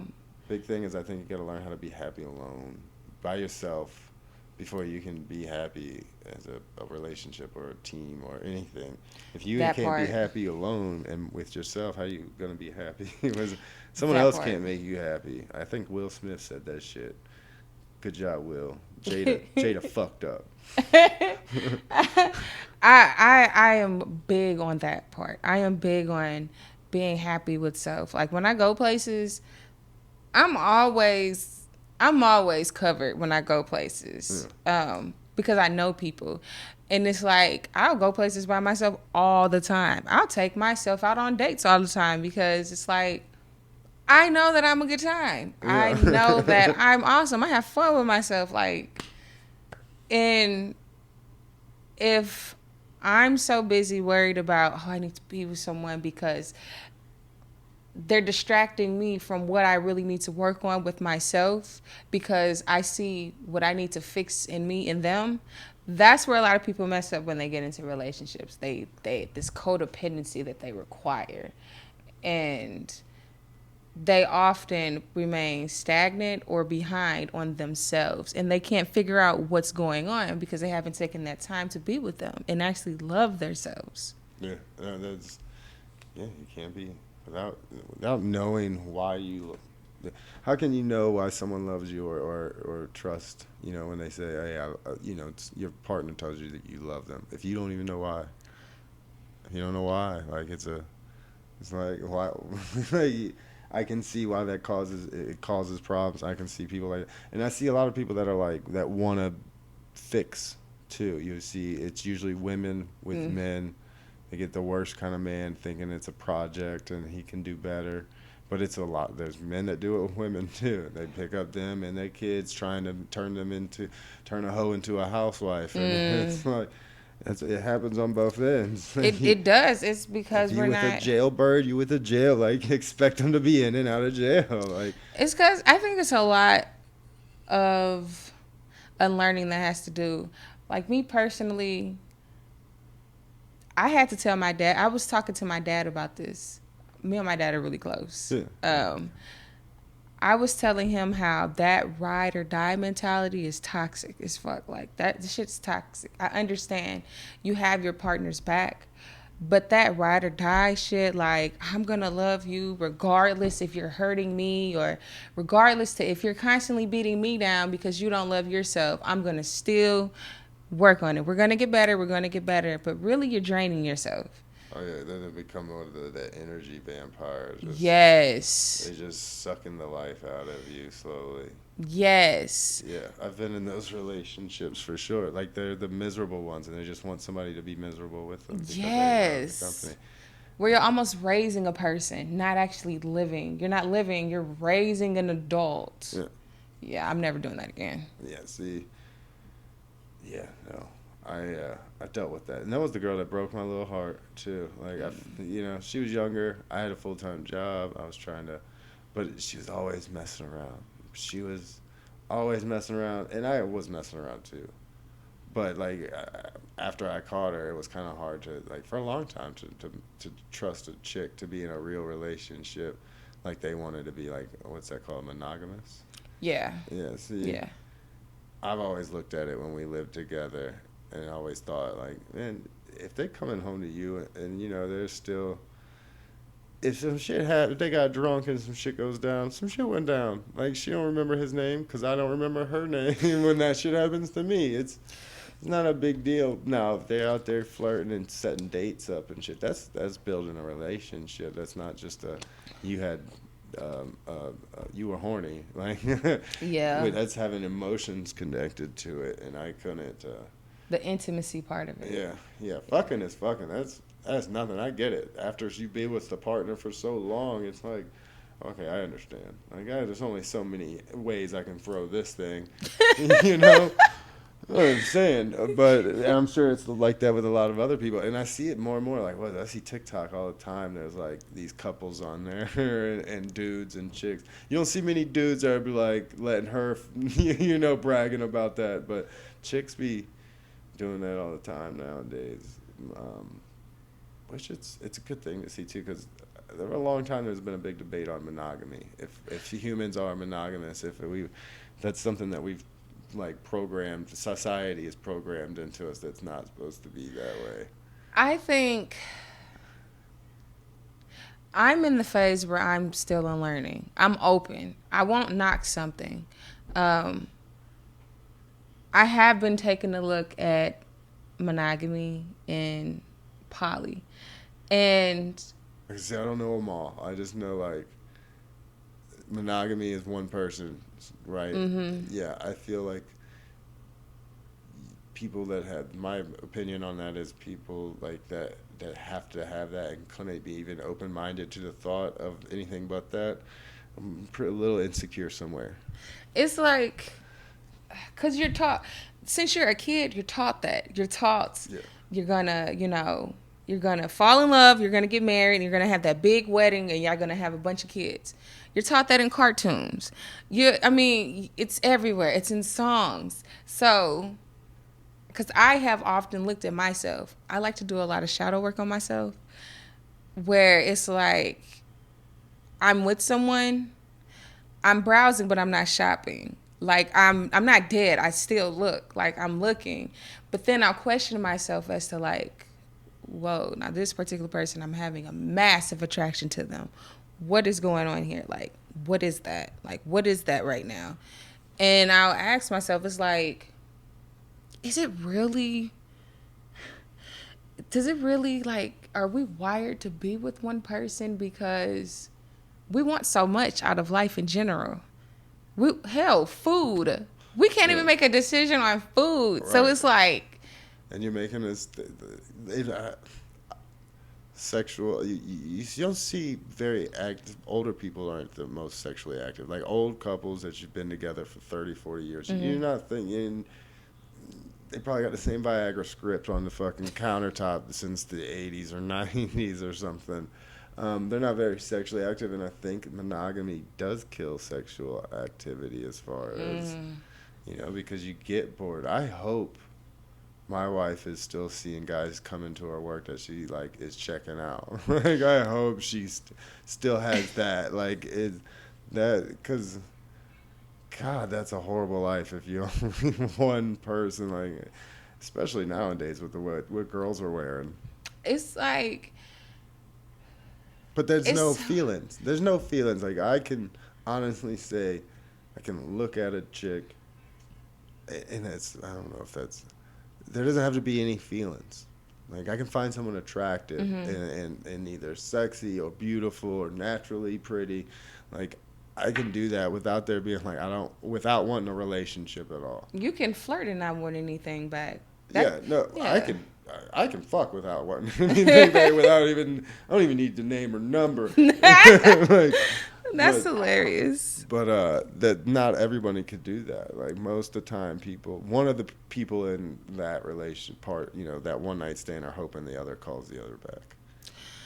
And if I'm in a relationship, hell, if I'm dating, when I'm with the guy, I'm looking at the chicks with him. I'm the one that's like, do you see this? Like, do Yeah, you see the shit? Like, look at her booty. Do you see that? Like, I'm looking with you. It's like, you're not dead. I would hope that you're looking at other women, you know? yeah. Be respectable to me, but I would hope you're looking at other women, like, because I would think something's wrong with you if not. I'll point out guys to my old lady. I try because I think I know her type, but I don't know if I know her type. Like, I think I do. I think her type's completely opposite than me. I think she likes the short brown hair, like the military cut, and the more fit guys. And I'm like, yeah. I'm believe it or not, I'm actually quite athletic. I was basketball, I did baseball, fucking surf, skate. Surf? Yeah, that's my favorite. But yeah, so. But I'm definitely, I think, a little different than what is her main attraction. I'm like, I think that's probably what attracted her to you. oh, she wanted the first night we met it was a one night stand that happened, and she was trying to comb out my dreads, and like we were sitting there singing punk rock songs on my buddy's couch that broke down on the highway and fell asleep in his car because nobody could come get him because we were all so drunk. And somehow we got these girls to come back from the bar with us to the random guys' house, to my buddy's house, and he wasn't even there. And my other buddy hooked up with her friend, which they were out drinking because she was going to stay with her husband in Florida that was in the military. So Oh, my boy's smashing out her friend, and then me and her just getting drunk as shit and listening to like punk rock on the radio, like going through Spotify playlists and shit. is that a love language? What? Sharing music? Yeah. Well, if you can get down on like some of the old school, some music like mm, ours would probably be R&B because I'm a really big old school R&B. Like I'm talking Lou Rawls. I just went. I got the new Gap, not the new, the old. My newest record is a vinyl, is a new Gap band and original. Like yeah, you know what haven't seen lately? Whatever happened to the gangster R&B singers? You know, like Jaheim or whatever. Nate Dogg, like Nate Dogg. No, like Jaheim. You come out and you thought he was gonna spit bars, and he come out putting that Oh, woman and like Jagged Edge. Like you always thought these guys were gonna come out and like spit bars, and they were so smooth. I love me some Jagged Edge. Oh my god. Joe, Tank, Case. Case was probably one of my favorites because that was one of my first CDs I bought. Was Open See, Letter. I told you you were just Oh, my you father, born the wrong yeah, color. You my just stepdad was an R&B singer and everything. Was a musician, jazz and everything, and he's naturally just pick up any instrument and play it. I couldn't, and like so I knew I could, like music was our thing. Was like me and him. That's what we mm, do. Like if we go and hang out together, we're usually watching YouTube videos of new musicians. We each like, have you seen these guys? that's and dope. yeah, That's real dope. he used to do big concerts out in Forest Park back in the day. He was like do songs and stuff. Him and his five brothers, thought they were like the Jackson Five. They had the fros, the bell bottoms, and everything. That's fire. And my uncle Billy worked at GMC, retired from there, so he had always had the new big body like Lincolns and everything. So there's like a picture of them all with their big fros, looking like they're the Jackson Five, getting ready to go to a concert. But yeah, you never get to hear him sing unless we went to Uncle Billy's because he had a basement similar to this, but he has a studio set up with mics, and they would come out there, and that's where I got my real love for the old, so like the Temps, like the Pips and the Delphonics and stuff like that. Like I just watching them and it was like, oh shit, like this is that old school, like it was cool to be a singer. Like me going to high school, it wasn't, choir kids weren't cool. Like it was the jocks that were cool. Yeah. But from what I hear from my dad growing up, like it was the singers, the guys that had that voice that got the girls, not the, you know. Like Chris Brown wasn't cool because he came from Virginia. I knew kids that went to school with him. He was a nerd. Like he was a choir dance nerd. Like everyone thought he was gay. I could see. I could understand. Now him and them spin kicks. I ain't saying nothing. I remember. I did have my Chris Brown phase. I did. So did Rihanna. I did. I had my phase, but I'm like, it stopped a long time ago. Yeah, me too. Like after he did the song with T-Pain, I was just like, The Lovey Dovey. Yeah. I think it was okay. You're gonna laugh, and that's fine. I stopped when he had the baby on Karrueche, 'cause it was like, he was my celebrity crush, right? And then I was like, you just keep doing this dumb shit. I can't keep like saying you cool and you just keep coming back to back with dumb shit that you're doing. And I just didn't like how he handled Karrueche. Like I know that I don't know the whole story or whatever, but that was just wrong. Like, come on now, this girl just sticking with you through. I mean, give or take, a man's gonna do what you allowed him to do, but this girl is like sticking through by your side, all this. Then you turn around and have a baby on her. Like, you did the Rihanna thing in public where you was in love with two of them, like both of them. You made a whole video about it. I can imagine how that made her feel. Then you turn around and have a baby on this girl. It's like, yeah, he fucked up with the whole Rihanna. He should have stuck with her. She just hit $1 billion. She's a billionaire now. Yeah, she. I don't know what the fuck she got going on. I didn't know Rihanna was selling lipsticks like fucking Kylie. Or what the hell where's she investment in? Her beauty products. Oh, she does have a beauty line. Okay. Yeah, okay. Fenty and her her lingerie clothing line. Yeah, I remember. I didn't like her. After that Umbrella song, it was annoying to me. The Ella. And I remember my buddy Antonio, which that's him. He's Discrepancies, ATG of Discrepancies, and he would used to always remix different songs like while they would be playing, and it was he said, "Let a bitch go out and tell the whole world she's cheating on me." Let the remix be coming. She walked up in the house. I punched her in the mouth. I asked the bitch where she been. That's hella funny. And he broke it like all the way. Did the whole song. I was like, and ever since then I was like, yeah, that is fucked up. She go out and tell the whole world that she's sucking other guys' dicks and stuff. Then Then Usher had to come around. Oh my God, I forgot how much of I can't even lie. I am a huge Usher fan, but I don't remember into when I was at Blue Dine Lounge, and the DJ was just playing back to back to Usher, and I was like, damn, I forgot how much I love Usher. Like some shit. Like I had the CD with the 7 o'clock on the time. That's my favorite Usher song, actually. Nice and Slow. That's my favorite Usher song. Shit, he had, who was that? R. Kelly had him like sleeping with supermodels at like 14. like he didn't even know how to do anything. He wasn't even at that age. That is a lot. Yeah, but Usher's had it. All that touch. That's the one thing I couldn't stand. Like my dad, he buys a lot of the DVD live, the concerts that they record on DVD.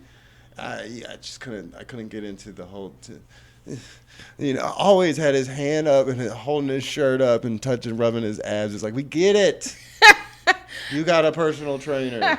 I was definitely the person looking like, keep going. Like, Yeah, I know. I had a sister. I definitely was. Who else was there? Remember having no Romeo or Mario or whatever his name was. Mario's actually he was here this year. He came to visit, but I don't think he really told anyone. But he's, if I'm not mistaken, I believe he's coming to Love in the Lou. Yeah, him and a couple other R&B singers. You know, my boy ATG, like me and him, we go way back, and he just did a song you'll never guess. A St. Louis artist, ain't been in the game for a while, but he was big for a moment. Is it who I think it is? The one artist that St. Louis knows.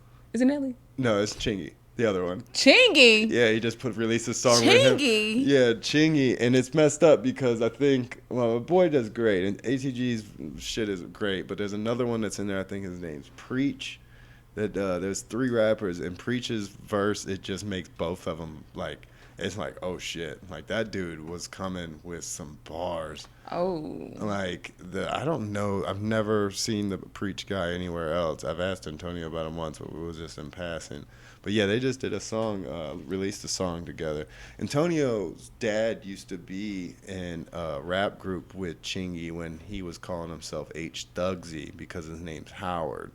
And like Antonio and them like family with Chingy. Like I remember seeing pictures of them at the family reunion, and Chingy got in trouble for wearing like a purple suit and bringing like 2 chicks with him that were all fucking hoochie mamaed up and shit.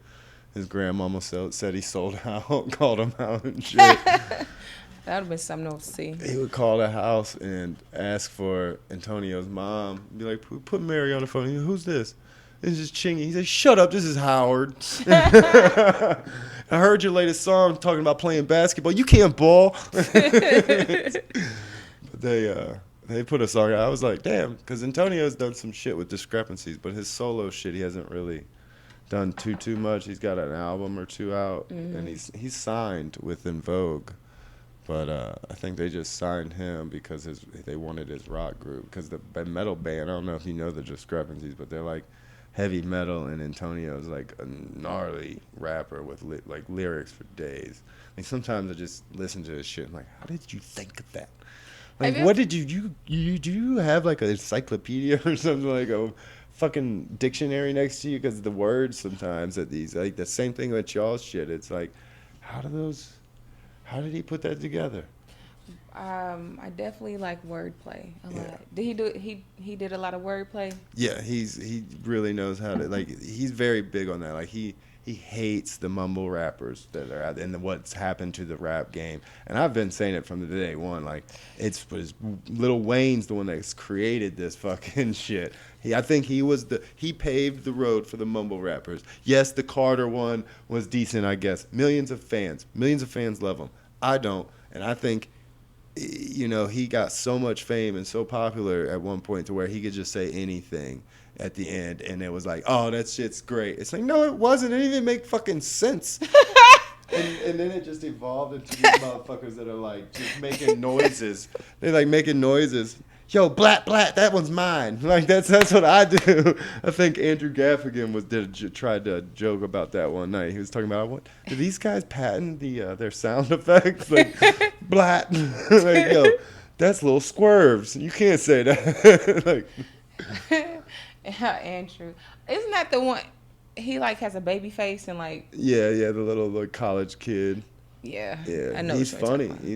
Man, I remember when he first started. He started around the same time as me, I think, and maybe a little later. But we did a show together, and it was some kids. It was for a high school birthday, graduation.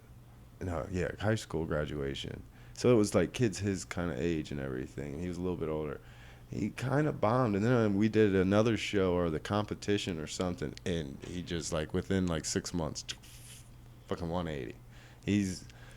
If he keeps writing and keeps up with that, he's got a solid. He can make some money doing it. I mean, they're already talking about booking like different shows at different states and shit. I haven't even tried doing that. Like, I ain't got I'm not able to leave work that long. I've got a mortgage and car notes, And not until I can afford to go to the clubs that are paying enough to replace my income to pay my bills. Well, and if I don't ever get that good, then I'll just keep fucking telling stupid dick jokes. Stupid TikTok. Oh man, he definitely does. He does make me laugh. He just looks so innocent. It's like when he's up there talking, I'm like, he just looks so. Like he put something in your drink. I'm kidding. I'm kidding. I've had Andrew. Andrew's been on here like once or twice. He's my buddy. He doesn't like Elon Musk. I found that out one night. I didn't know that. I don't know how I found that out. I think I said something about Elon Musk. Oh, Saturday Night Live. And he was like, fuck Elon Musk. I was like, whoa. Hold on. Not that big of a deal. I think Elon's pretty cool. I mean, he'd be a lot cooler if he handed everybody some cash. I think we'd seen somebody at TikTok math. I don't know if it was right or not. But there's, I forget how many billion people, like, here. I mean, million. There's like 500 million people, something like that. 800 Here? or 300 million. I can't. I don't know. There's only, and this motherfucker's 100 billionaire. Like, could hit a trillion. Like, him and Musk are like battling for who's going to be the first trillionaire. Mm-hmm.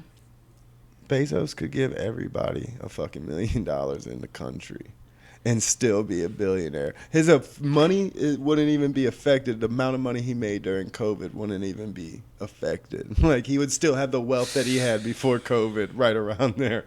It's like, man. Send me a meal. For real. Like, just do, if you go to the moon. You want to go to the moon? Go to the moon. Just let us get, like, some ATM, you know? He's got so much money that none of us could fucking, I mean, we could spend it all pretty easily. It's like, if he was to give you that $1 million, do you know exactly what you would do with it when you get it? Oh, yeah. Invest. I'd make my money. That's enough money to live off of. My life now, plus sitting in, even if I just sat it in a bank and only got, what's 2% of a mil? I'm not good at math. I'm sorry, you're asking me on the spot. Like 20,000. I could still work.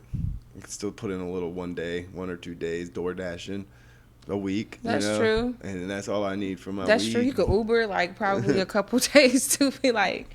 But yeah, that would be I'm good. But I would invest because that's what I went to like. I went to school for before I dropped out of college. That's what I was going to school for. Is I wanted to do finance. Well, I wanted to be on the Wall Street. You want to be a financial advisor? No, I wanted to trade. I wanted to be a trader. Like, I wanted to be in the bullpen and shit with them, like, yelling. And I wanted to have a BMW and actually finally be rich because I was the poor kid. Not like went without food. Always had, a roof over my head, clothes on my back and everything. But we didn't, like, I bought my first car. Like, that kind of shit. Like, if I wanted Jordans and not Walmart Bobos, I had to go get the money and get them. And if I was making money, that means I could pitch in on some of the fucking bills too. So, unless I made A's, usually if I was able to make A's, then. But I was an A/B honor roll once or twice. It kind of sounds similar to me. I mean, well, I gotta fix that because. Yes, I admit it. Like, growing up, I was spoiled because I was the only child for 10 years. And now I'm 1 out of 13. But, yeah. So. I can totally see you. Like, you got the eyes, like the looks. Like, you can shoot a look that's just like, haha, motherfucker. Like, I get my way. Like, one of those ones that's like, you win an argument or something or a right. And it's like, and you shoot that look over and it's like, you. I can't disagree with that because I'm currently working on my facial expressions because I'm not good at hiding. I'm not good at hiding how I feel sometimes. But my dad raised me, and I have a mom. I don't talk to her, but basically I was a product of wanting to keep the dad. Like, of trying to trap the dad. So, like, he just wanted to love me and take care of me, but she didn't want that. She wanted him. So he raised me, and to fill in that void of not having her in my life, and because it made me sad, where like when she was supposed to come get me, she didn't want to come get me. She'd rather be with her boyfriend or do other things, like not take care of me. To fill that void, he would give me what I want. Like he would take me places, buy me what I want, or like my aunt would buy me what I want. But I'm disciplined at the same time. It's like I'm both, because no eventually kicked in. It kicked in. And like I bought my first car. I've never had a pair of Jordans either. Oh, I did. I played on the basketball team. That's all I rocked. The ones that had the velvet ones that were 23 over on the side, because that was my basketball number 2. I had a new pair every year.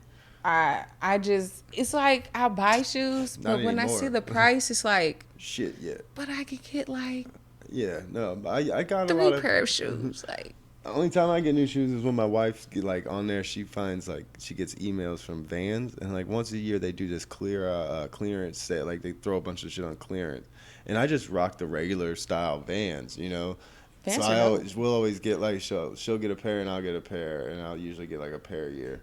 And usually it's my boots. I go through my boots so much. I tried to buy nice like I've got 2 or 3 pairs out in my garage. That's like a pair of Georgias, all kinds of expensive boots. I just get the Walmart ones now because like I go through them so quick when I was doing construction. It just every 6 months I'd have to get a new pair of boots because I'm a guy that's always climbing up into the roof trusses and tying the roof together and everything. Gotcha. Until you can put the plywood on it. And I didn't do all that now, but my stepdad, he has his own construction company, and like he would take me on some of his jobs when I did go over my mom's house. He would take me on his jobs, and I would learn how to, build a porch or learn how to put tile down or remodeling a bathroom. I think every kid should be taught how to first thing they should be taught is how to fix the hole in the drywall. Because if I have to come home and it ain't fixed already to be hidden after I have kids. I definitely had my share of hiding a hole in the drywall. And it was a long time that poster was just hiding that hole in the wall. Like, it was a long ass time. And I'm like, made it till I'm not, like, that hole stayed there all through high school until I was no longer living in my dad's house. They didn't find out until after I left. And I was like... me and Antonio one night, it was me, Antonio, and his 2 cousins, Montel and Terrence. Mm-hmm. They were staying we would always like crash over at Antonio's. Well, Antonio and we would always wrestle around and shit like fucking, I think we were in middle school. Because, we did that once. And, like, we fell into a wall. Huge hole. Well, he put a big poster over it.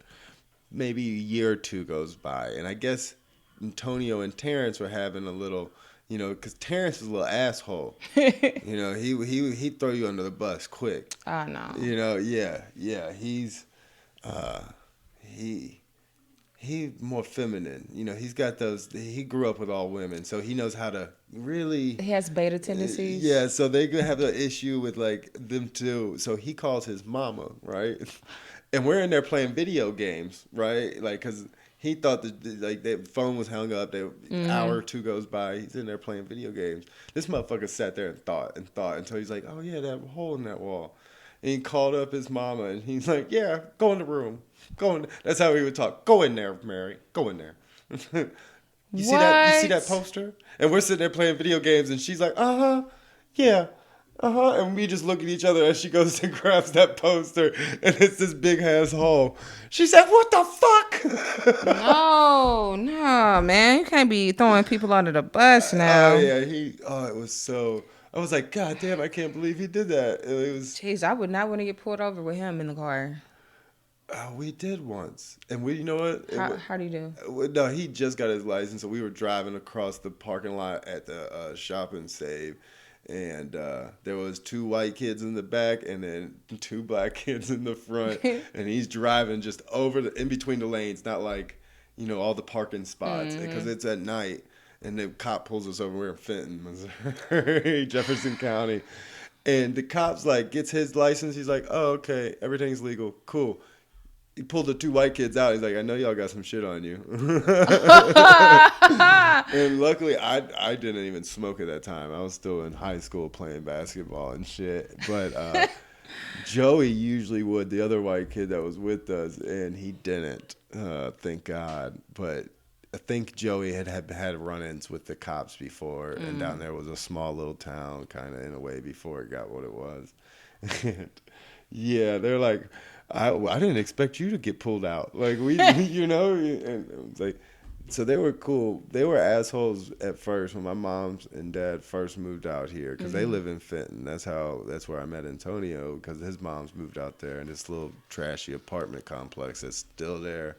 And it's like the dump of Fenton because Fenton's gotten really nice besides that part. Yeah. Yeah. And like Fenton, it was just a cool little spot, but it's hard to explain. Anyway. No, it's okay because it's not. It's more Sunset Hill or Kirkwood area that I've been in because I went to Lindbergh High School growing up. Oh, you went to Lindbergh? I went to Lindbergh. Yeah, those are some ballers over there too. Like that was a huge tall chick when we were in high school. That was like 6'5" or Jesus. 6. Like she could dunk.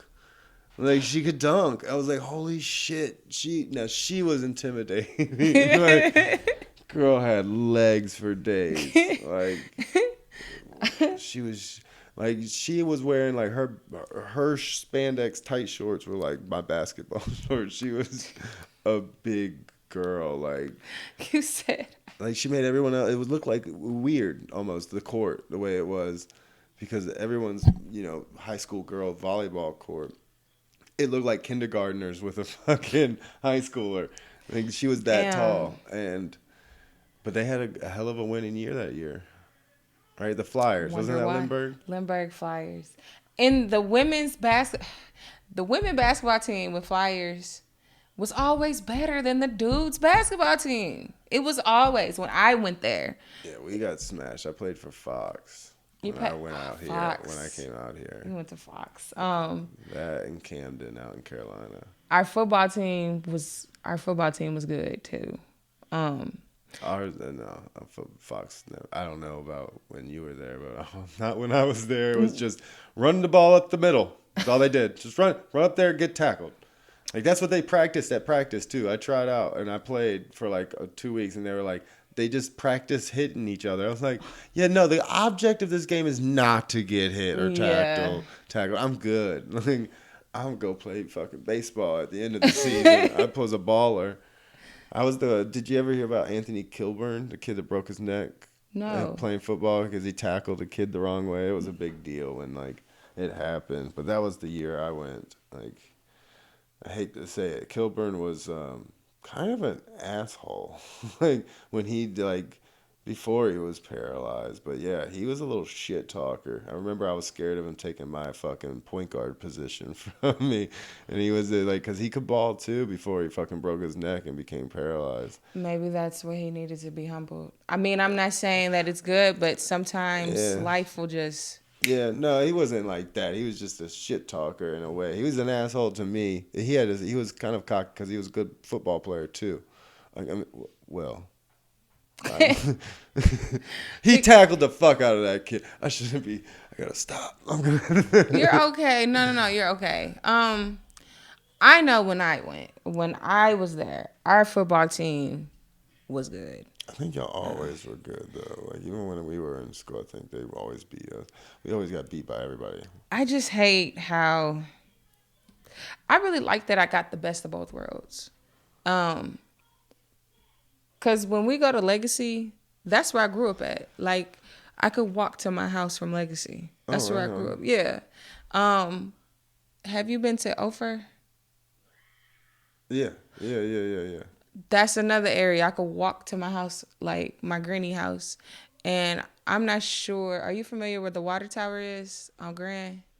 Well, I don't know. I know where Legacy and I know where Ophir is, but I still got to put it in my GPS. Okay. I drive down 55 for a while and get off around Kings Highway somewhere. Yes. Yeah. But I grew up like by the water tower, so I would grow up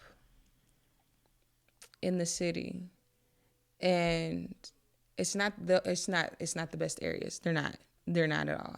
Oh, and we know it's statistics. Yeah. You know, Yeah. from what the news says. Yeah. Yeah, they're not good areas. And then you would get bussed out to Lindbergh High School. It's like it's two different worlds that you're literally being a part of every single day. Oh yeah, because half the kids don't know nothing about that two different worlds kinds of things. Not Like at all. when we first moved, my mom's first moved here. We went with my mom at first. Like there was always battling back and forth, divorce court. I mean, child support, child's fucking court or whatever for custody. And so we were out here, and we went to originally. It was like down there. Like we didn't know nothing about gunshots at night and like hearing them regularly, and it was rough at this point. And like we didn't know nothing about you shouldn't walk in front of the windows, like you know. And we got there and heard that. And we went to this we went to this public school, and we were the only white kids. And the superintendent of the district pulled us out and put us in magnet school for free. They're like, yeah, we don't want that on our hands right now. And that's what Lindbergh This was back in the 90s, too. Lindbergh did that too in a way. Like they stopped the DSEC program. Like when I was graduating high school, if you were in the 6th grade attending Lindbergh High School, you were the last part of the DSEC program. They cut that funding. And it they did a lot to where they was trying to make it hard for me to get bussed out there. But they'll say, well, you live out of the district. You can't be bussed there. Where I would have to go to someone else's bus stop and be able to get on the bus, or I would have to get driven to school. But it was to the point where it's like, okay, guys, I've been in Lindbergh School District since 2nd grade. We are in my junior year. Why are y'all still coming for me? Yeah.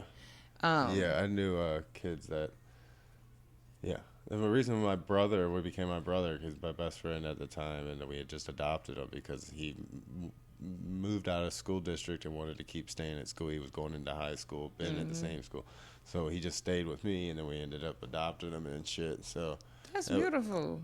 yeah, he's an asshole now. I'm just kidding, Zach. We're cool. Like he went to the army for war, and he's like buff and he's smart and like all professional now, runs a gym and stuff. And I'm like that stoner druggy fuck up. Like everyone thought I was gonna go to college and prevail. Oh, I went to college and got stoned.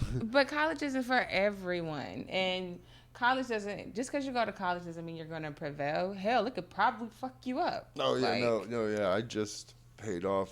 What was it? 2 years ago. It's been since I paid off all my college debt. Oh, congratulations! Yeah, for 2 years though, and I got a lot of benefits because I got Pell Grants, all kinds of shit. Because my dad, I just had to pay back the money that they gave me just to go. That's how fucking stupid I was to not, because they paid me to go to school. All this shit was covered, but if I didn't keep a certain average or dropped out, then I had to pay the money back. Yeah. So for the loan, the mortgage on this house was through the government, a partial or something like that. So I had to clear that all up.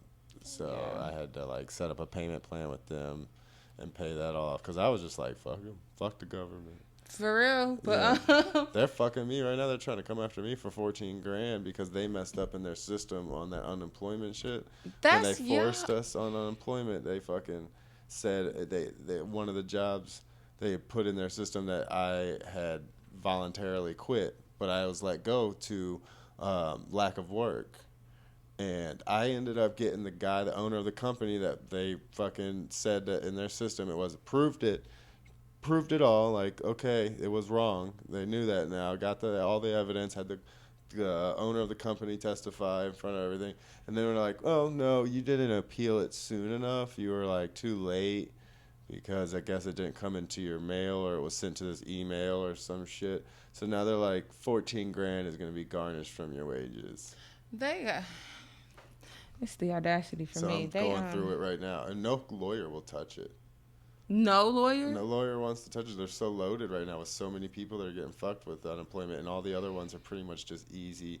Like they didn't do something right with paperwork, or they just, yeah, they're gonna Why have to we put gotta in be some work. penalized for your negligence? Yeah, Like, that's because then that's how I'm at the point at the end of it, because they were questioning me and all this other shit, trying to get me to slip up, and I'm like on the phone, and I didn't even know it was like court or anything at the time. I'm like, I didn't realize that how official this shit was until the end of the phone call. I was like, wait a minute, I said it too. I was like, I probably need a lawyer for this, don't I? And they're like, well, you had the option in the beginning. I was like, I thought you was just calling to get some information so you could fix y'all's mistake. Like, I was like, I got the owner's number. You can call him and like, because it went on for days, like multiple different dates. And I was like, why won't you guys just call this motherfucker and verify that you guys got it wrong in the system? It'd be real easy. Done. Boom. Bam. And then they're like, no. And finally, at the very end, they did. And some guy was like, well, I'll look over all the evidence. Like, what evidence? You just heard the fucking evidence. It was wrong. Like, yeah, but the appeal, that's where it's, the appeal. You didn't do it by this date.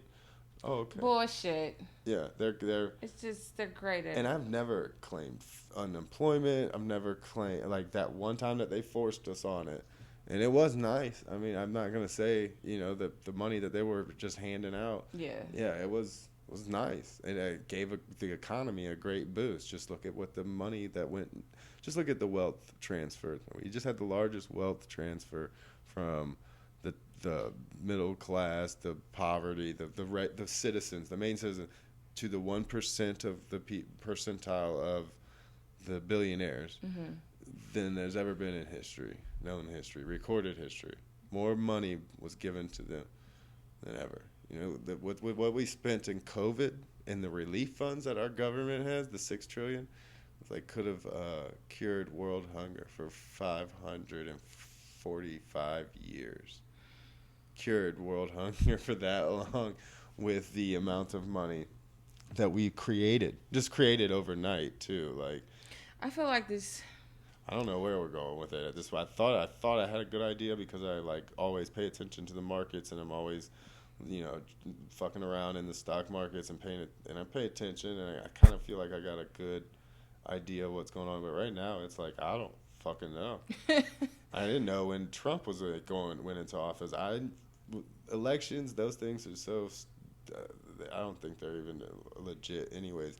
But who would want to be the president when we've had a bull market, like record-breaking numbers every quarter for 13 years straight? And that's never happened. It's usually 4 to 7 years we have a nice little crash or correction, as it's called, to where prices kind of come back down and all the stock values come down to where they're more realistic.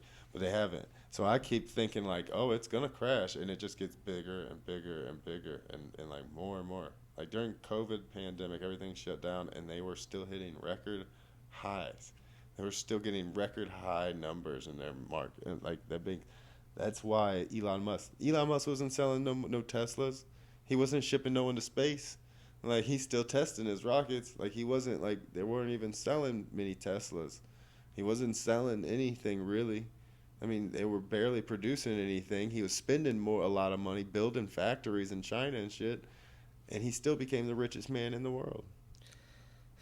And it's how? And it's all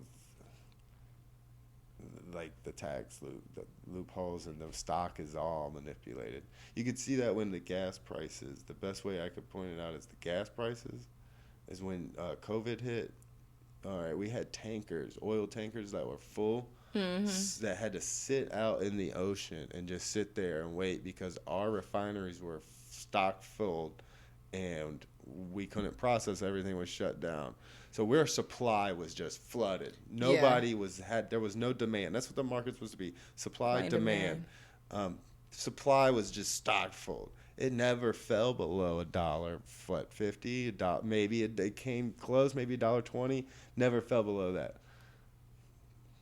Why? And if you remember, before Biden got in office, that's a big thing they talk about in the news. It was down at like $2, $1.90, and everything like that average. Mm-hmm. It never fell. It wouldn't break under a dollar. When the supply and demand now, you hear one little bloop in the system, and they jack the shit up to where it's $3 a gallon now. It's like what the like they're It's expensive leaving your house now. dude. Like Just trying to to buy a leave. house is fucking.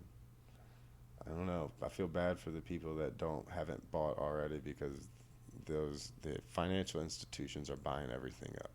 Like all these people that are about to be kicked out, because there's gonna be a huge homeless issue if they don't figure out the eviction moratorium, instead of just tacking on all the bills onto the back ends of the loans. All the Yeah. renters and owners of the fucking properties, all the renters, okay, your loan, your lease, your rental agreement is now this long because you got to pay this much. And that's just how it's going to have to go. And well, no, the renters shouldn't even had to pay, because the mortgages should have been covered. That's where all the money went. They Mm-hmm. gave the CARES Act. Mm-hmm. Instead of just being like, all right, we're going to keep the citizens whole, because the people owe the banks for mortgages and car loans. That's where all the money's created. And if they can't pay the banks fail. We have a crash, a system, whole economic failure. So why not keep the people whole? Make sure their bills are paid by covering them, or just pausing them and taking all those loans and putting it on the back end. Okay, if it was a 3-year loan or a 30-year mortgage, it's now a 32-year mortgage because it had to be paused for that long. No, they just was like, we're gonna pause it and give an eviction moratorium for a year and a half now, to where once it ends, you owe all that year and a half right then. Yeah. Yeah, Yeah. so they're and they've jacked up the prices, and you got institutions like BlackRock and all these other ones that are like, BlackRock owns majority of everything in the world, Vanguard and BlackRock, and they're buying shit 50 percent higher cash. Like they're hundreds of thousands of dollars over asking prices of hundreds of houses at once, whole neighborhoods they're buying up or building and shit, and they're jacking these prices up because they're turning it into renters. They realize that that's just the revolving door of Yeah. cash, and That's a good it's source a of good cash way flow. to launder money too. I mean, Yeah. there's I'm. a I, huge one, but and that's what's happening. That's why I'm so glad we didn't fuck with that. Like we just paid all the bills that we could. We There's like 2 credit cards. We were like, fuck them bitches. We get to you when we get to you. We put you in the hat. We try to pay you. No, that's real shit. But our mortgage, our electric, all that shit, we kept up with. Like I'll go out and DoorDash or fucking move, like find gigs and shit. Like today, I did a little job on the app. They got all kinds of apps out now that you can make money with. Like I got a Handy for pros or something, and found a job. I got paid like $135 to go fix some drawers in a kitchen. Oh. That I just had to reinstall the hardware with some better, with something that actually went. They were using screws that didn't go into. They weren't using drywall stuff to anchor that's it. I that's did that. good. Yeah, it did like an hour and a half. I was out of there. That's good. That's a Yeah, good app. yeah. And they got all kinds of cleaning ones. See, my mom and stepdad own a house cleaning company, so I grew up. I was like, you get in trouble, get suspended from school, anything like You're that. going to clean them You houses. going to clean houses for free. And we had like high end clients, like football players, like of the Rams when they were still here, and bunch of other. I didn't realize there was so much money in St. Louis for what St. Louis is. There's some people that got some money in this bitch. Like, I guess that's probably why it would be a good place. Like you wouldn't think someone who's wealthy would be in St. Louis. Like, right, it's a good right, hideout spot. yeah. It's yeah, because they're like, why don't you go to the butthole of America? I thought the Missouri St. Louis was, and then I went to Kansas City, and I was like, oh. I Oh, was Kansas like, is worse. I think so. Like, yeah, it was bad. Like, there was homeless people asking me for money. I'm like, do you have $1, bitch? Like, what part of this said he's got $1 to borrow? Oh man, homeless people. Some of them are getting a little bit more pickier. Yeah, It yeah. seems like they're getting pickier. Like, no, I don't want no money. I want this. Or like, if you have something to eat and you offer it to them, oh, no, I don't want that. It's like, are you really? Yeah, now if they were just honest, had a sign out, it was like, I just want some drugs and some booze or something. I'd be like, cool, I got it. I know that feeling. Me too. Here, I'll throw $1 on yours. for, for real though. But I feel like Shit, let a dude be out there with a cardboard sign. Paid my rent. I just trying to get drunk. I'd be throwing all kinds of. I'd be like, yo, get in the car. We're going to the bar.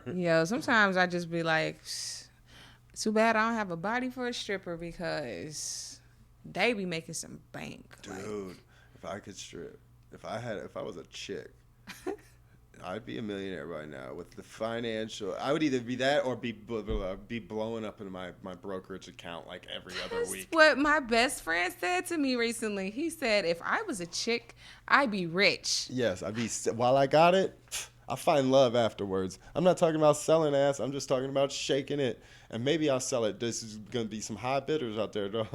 And it's like because there are women out there who they don't even shake ass or give ass. They just are sugar babies. Oh, no. When I did drive those escorts around for a while and just would sit there, these guys would get them for an hour. And a lot of them, half of them, they wasn't even for sex. It was just to talk to or cuddle and shit like that. And they'd walk out fucking $500-$600 for those visits. I've watched girls walk out with like $3,000 in their pocket, but they did a gangbang. Yeah, whatever. They was cool with it. They were like, get it while I can get it. I mean, me personally, I would be more of a high class bus stop hoe. You know? You said high class. And it's like, I just, get it how you get it, okay? Just be safe. Sex work is the oldest fucking profession there's that's been recorded. I guess I am considered sex work. I am. Yeah. You're selling to that demographic, definitely. Yeah, I definitely am in sex work. I don't know. I think it's because of how I was raised. It's just the idea of someone taking care of me that just doesn't sit well with me. It's like, no, I got it. Let me take care of myself. Like, That's how those escorts were. Like, they could have probably dated those guys that they were getting with, and then some of them were weekly visits too, regulars that they had. And it was just like, and they was taking care of their own shit. Like, one of them was an actual cop down at the beach I lived on. what? Yes, and she was making money. She lived in the nicest neighborhood, Back Bay, fucking Lagomar, which is like fucking Brentwood out there. Got You got 6 acres in Brentwood and shit. Like, they're sitting on the fucking coast and everything, right on the beach. Got indoor, outdoor pools, like big money. And that's how she lived. She had a badass Mercedes she would let us drive. Like, and she was killing it. Like, and what she was doing was they pay taxes. Like, he had a website and everything. It was a legit shit. Now, he just provided the service of a adult or whatever it's called. But what they did during their own time, Yeah. that was their thing. But yeah, and he paid taxes. Like, it was a legit setup and gig that they were doing. They did run into some fucking creeps every now and again, and some like bachelor party guys. But yeah, Creeps are. And there were some girls that were strung out there doing it too. Creeps are the word. It's the word of the year so far for me. Creeps. That's the word of the year. Yeah, you're gonna attract some. I definitely do. I mean, you're being a woman, but yeah. Yeah, and You know the one thing that I've never been able to get is like down those some of them hood dudes don't give a fuck when it comes to hollering. Like they be holding the hands with your girl, and they be like, "Hey, baby, what's that?" It's like, God, bro, I'm holding hands. You really gonna make me look like a bitch here because I'm just gonna keep walking. People are Like, people just damn. they don't care. Like, and I've had my moments. I've had my moments before at events on the parking lot where it's like, you really think I'm going to talk to you? I've had a grown ass man see me across the parking lot, and because he saw me smiling, he said, "Hey, bring your ass over here." And I just looked around. Like, what kind of girl answers to that? You know, like. And then he said, "Yeah, I'm talking to you. Bring your ass over here." I said, "Do you see a child on this parking lot?" And I don't see my dad anywhere. I ain't coming to you. He said, "No, I'm just playing. I'm playing. No, I'm good on you." Who Oh are you yeah, talking to? Like, the yeah, audacity for me. Um, yeah. That's. I remember my first seeing first catcalls was down there in this trailer park, and I guess they were this hood. Hood is hood, like trailer yeah, park down in the city, the projects. Yeah, different colors, but they all fucking hood. hood. Yeah. Like, and I remember just these dudes would sit on their porch all the time, and like girls, that little neighborhood, there was always girls walking by and everything during the summer, and they would just holler, and I was like, y'all got the confidence to do that? Like, just at any of them? And it's the hey girl for me. Oh my god. Hey girl, come here. Hey, hey. Oh my god. I can't stand it because you're bringing memories back because it do be dudes that just be sitting on the porch and you'll have to walk past them, or if you leave in the store, God, the gas station is my favorite. But it's like you can't go anywhere without. That was I never had the confidence for that. Mine was the smile. That, like, if I could get them to look and make eye contact and they could smile and I would smile, I usually just pass my phone over to them. I wouldn't even say much. Hey, here, I'll holler at you later. Oh my god, no, that's actually one of my moves. Like, Or do you have a hair tie? That was my one when I was on the beach. I would walk down the beach with my surfboard, see a group of girls, and be like, "Hey, you girls got a hair tie? I'm trying to surf some waves." smooth, Yeah. But smooth. instead of hollering right then, you take the hair tie, go surf, and then bring it back, and that's when you talk to them. They're like, "Oh my God, I've always wanted to learn how to surf." And it's like, "Well, I got extra boards at the house. Come on over." You know? Smooth, Yeah, that was my other pickup smooth. line. I I never understood, like, I know it's that fear of rejection, but it's like you don't have to be. I Oh, guess I don't. sisters rejecting you is a lot different than fucking Becky or like Stephanie or whatever rejecting you, because sisters give you like the beatbox and everything. And it's like, God damn, like It's like for me, I've just never. I don't know. I've never been intimidated by. I've never been one of those women who, nah, he needs to come talk to me. Nah, he needs to step to me. No, if I see something that I like, yeah. you best believe I'm shooting my shot with you. Now, it's a difference where you're flirting with me and I know you want to talk to me, but I'm not going to be the one that pursues because you're telling me a lot about yourself right now. If you want something, just say what it is. Don't bullshit around or say things that you may think that I want to hear so that you can eventually get the number. No, be direct with me. Tell me what it is you want. Yeah, I always looked like this, so I would pretty straightforward with chicks. Like when it was just a hookup thing.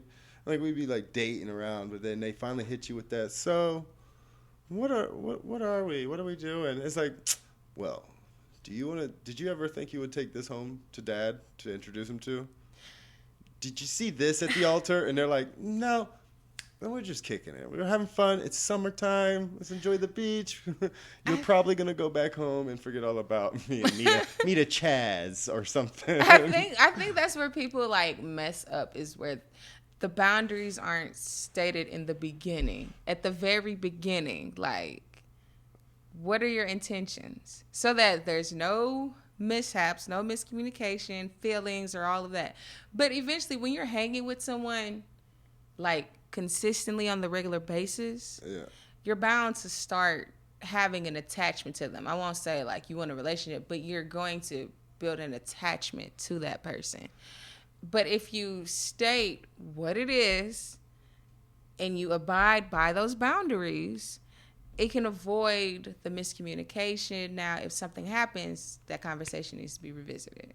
Yeah, that was, my sister and her husband there for a while. Like they had it said it to me the best way. The way they would bring in. My sister's a little bit of a freak, and she knows she is, but so she enjoys the female body as much as any other guy. Mm-hmm. In the way that so they were bringing in other women, but the way they did it, they treated it like I was like, man, that's kind of fucked up. Like they treated them like a toy. They were like, yeah, I will find a chick, she finds them, and like through apps or online or whatever, finds them, and for one night they don't exchange numbers and last names and all that. For a night, they have their fun with her and then just send her back off into the wild, and they never speak or have any more connection with them. So they're both, they just used her as a toy pretty much in a way, and she knew what the deal was. Like it was an agreement that they have, but I didn't realize. I get it. Like I think that's the way it's gotta be with that, as far as that's the kind of if you're gonna have a threesome in that kind of relationship without having like an open relationship, like there's gotta be rules. You gotta be upfront. Definitely have to be upfront and honest to maintain that trust. But I didn't realize how much of a norm that is. Like have you seen the thruple thing? Is it like a trend? Thruples? Yeah. I don't know. I don't think I have the financial. There's not enough hours in the day to make enough money to take care of two regularly. Like that's different emotions, personalities, and especially if y'all sync up together in the same house and the periods and say, whoa, that's a lot of chocolate, and I'll get right on it, babes. See, what I'm thinking about it, like if it was a one woman and two men, like, see, I'm gonna have to say it. That's a lot of emotions right there. Men love to talk about how women are emotional and all this, and want us to, like, we want y'all to read our minds, but men, I won't say all men, a lot of men, that's a lot of emotion. Because like we said earlier, when you're growing up, you weren't giving that space to where you can articulate or really sit in what you're feeling. So yeah, we all need to take DMT, because that's when I really realized, oh, I'm a bitch. Like I am nothing. There is this. I'm this. Nothing. Like I'm nobody. And once that ego got crushed, I was like, okay, I get it now. Like that's when I was really able to be like, whatever. Like I can't, I can't. The God to get you gotta. I realized that I have emotions. Like I was scared. I went through being scared, sad, happy, mad, like, and then I just wanted my old lady. Like I was like, just kind of told my boy, just go get my wife. Like my first time, I was like, just go get her, and like, cause that's what I got from my first one, is I had to show her that I was like, I got this feeling and got this. What I got from it was like, you got to prove that, cause I just got married, and was like, you got to prove to her that you're 100% in this marriage. It's not she's doubting that you're in it 100%. She just thinks you're just going along with things. And I had to prove it. And so that's what I got from it. And so you get things, and I was like in front of one of my boys, not like someone I'm super close with. And it just, after that, it's like, yeah, whatever. I got one little pinch of this shit, and I'll see what kind of a man you are. I can find out how big of a man you are real quick. You be in tears. Oh God, don't let y'all. Oh my God, when you mention the period sync up, don't let both of y'all be sick. Oh my Oh God. no. When y'all are sick, it's like the end of the world. It's like it's death. Like, it's just a cold. It's just, oh my God, you have a fever. It's okay. You're. You know, there is like scientifically a reason why we take being men so women go through like this bigger temperature change in their system, and y'all have a more of are used to it. Like when we have a fluctuation in our system from like a fever or something like that, we're not used to huge fluctuations like that. Like you guys use the thermometer for your like Yeah. see if you're ovulating, and like your temperature rises regularly like during ovulation and everything. So y'all are used to that shit, I guess. And there's something I was watching something about that, why men seem to like are bigger bitches being. I just want to be left alone. Really, that's my biggest thing. I go and buy a bunch of drugs, like good ones. I don't even. When you're sick? When I'm sick, I go not like drugs, like Yeah. pharmaceuticals, like.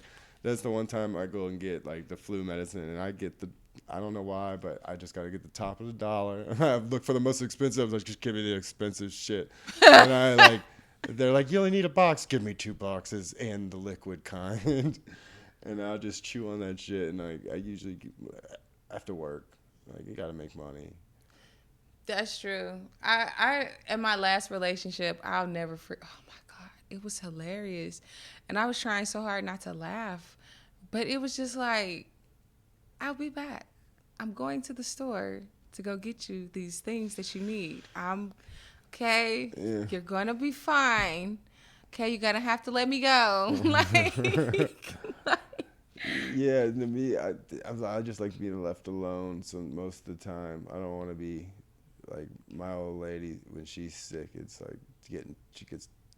I have to like make sure she's got all of her medicine, and I take care of her like that. But I just leave her alone, and I do my own thing. I usually come down here, let her be sick. Hopefully, I don't catch it. And as you know, we've been swapping COVID back and forth since the beginning. I don't know. She's been. Neither one of us. We think we caught it back in the day, but we don't know. We were like, we didn't start doing the testing thing. They didn't have the test then. True. So That's true. And now we just found out the other tests don't work. So we're like, well, back to square one now, aren't we? I Oh, mask now? Oh, rounding the bases again. I would I would literally like, I want to say literally babyfy him.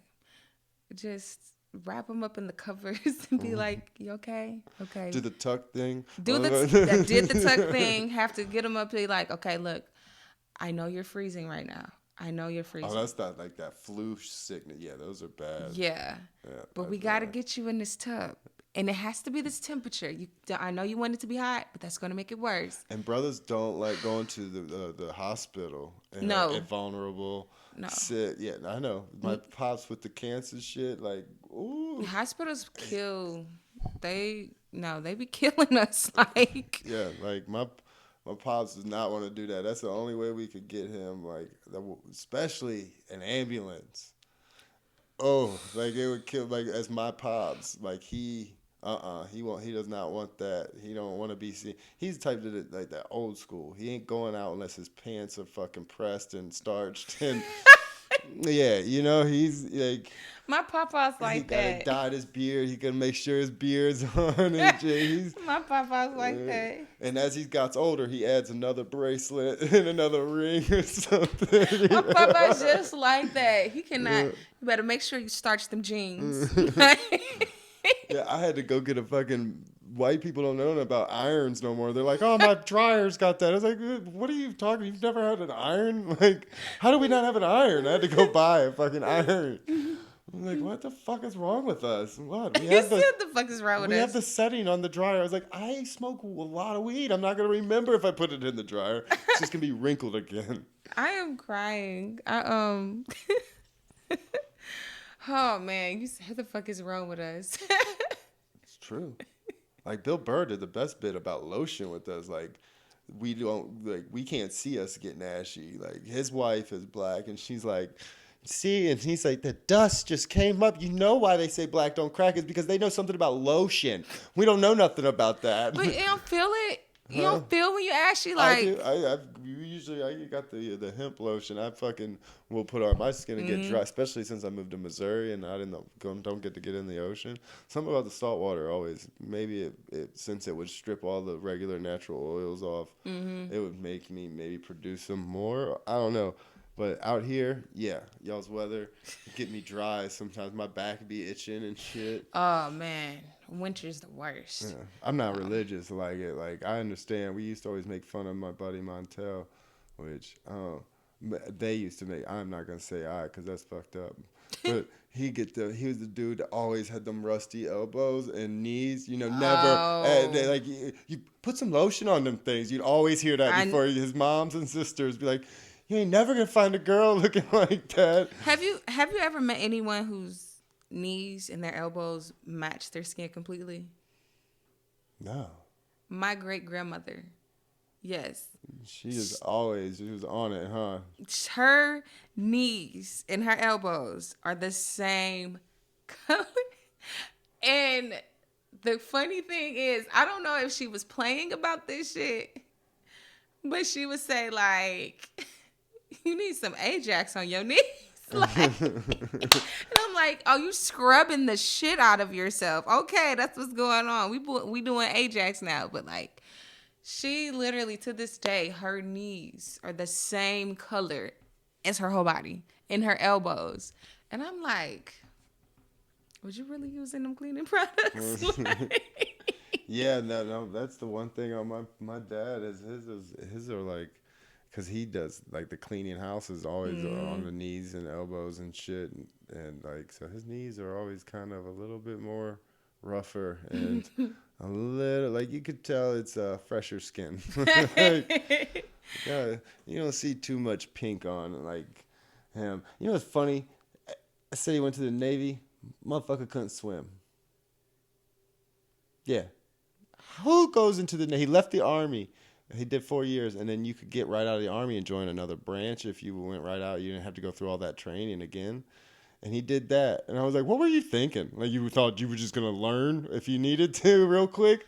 I was like, that's dude, big in our community too.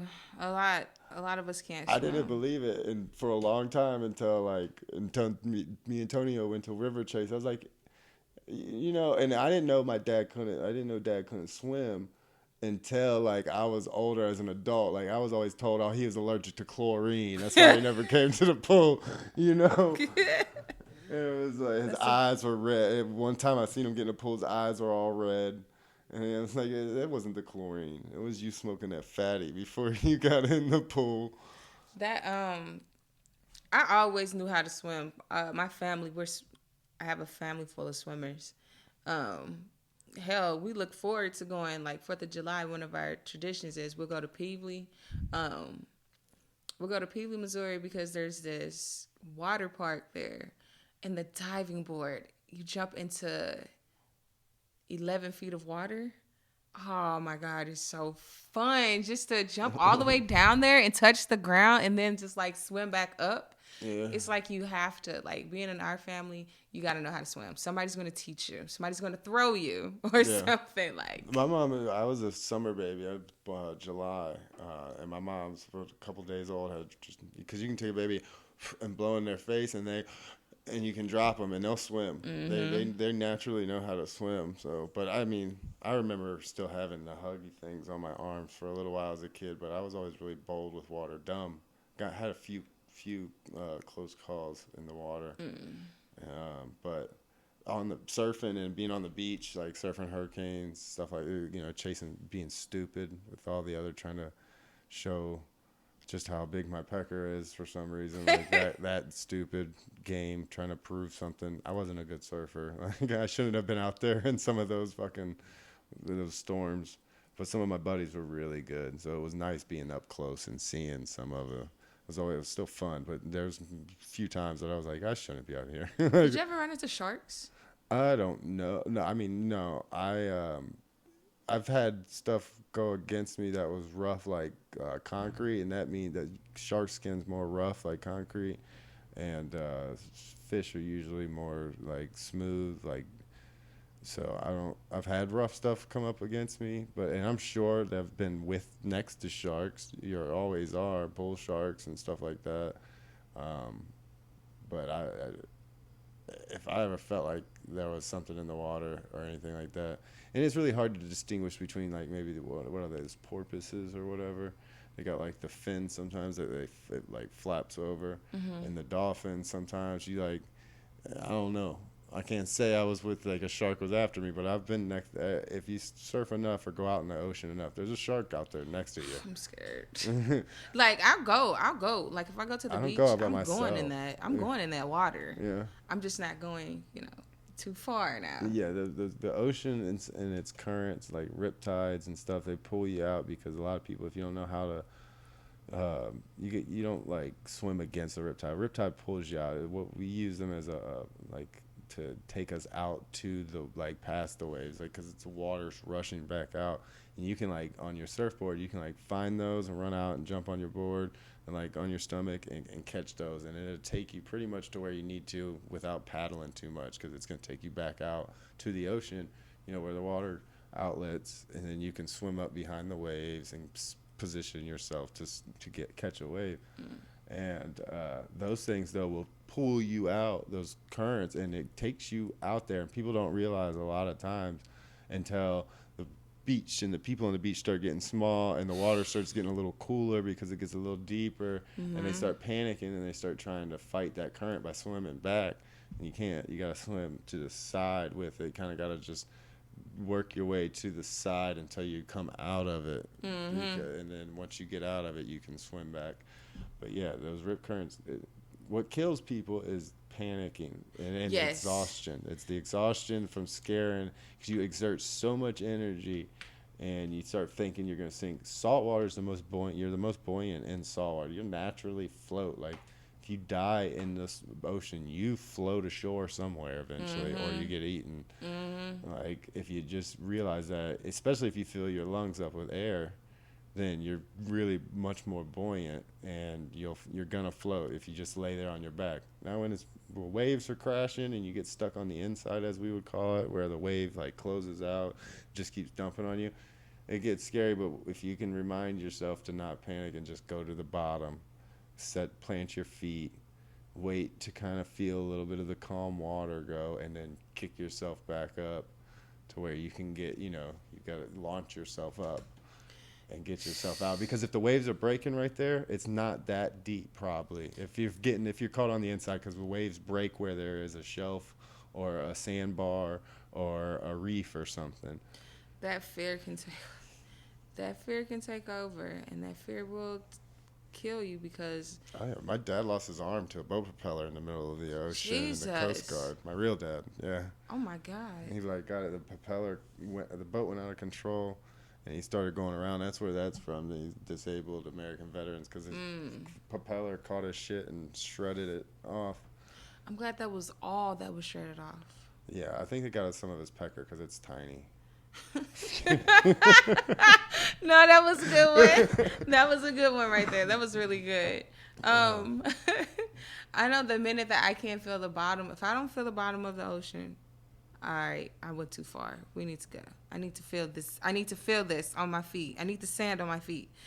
I'm too far if I'm okay. I'm doggy pedaling now. We need to go back over If here. you can, if you want to be able to do more, because the currents will pull you. They like, if they get you sometimes and they pull you out because the water's always pulling out and pushing in, and that's creating a little break.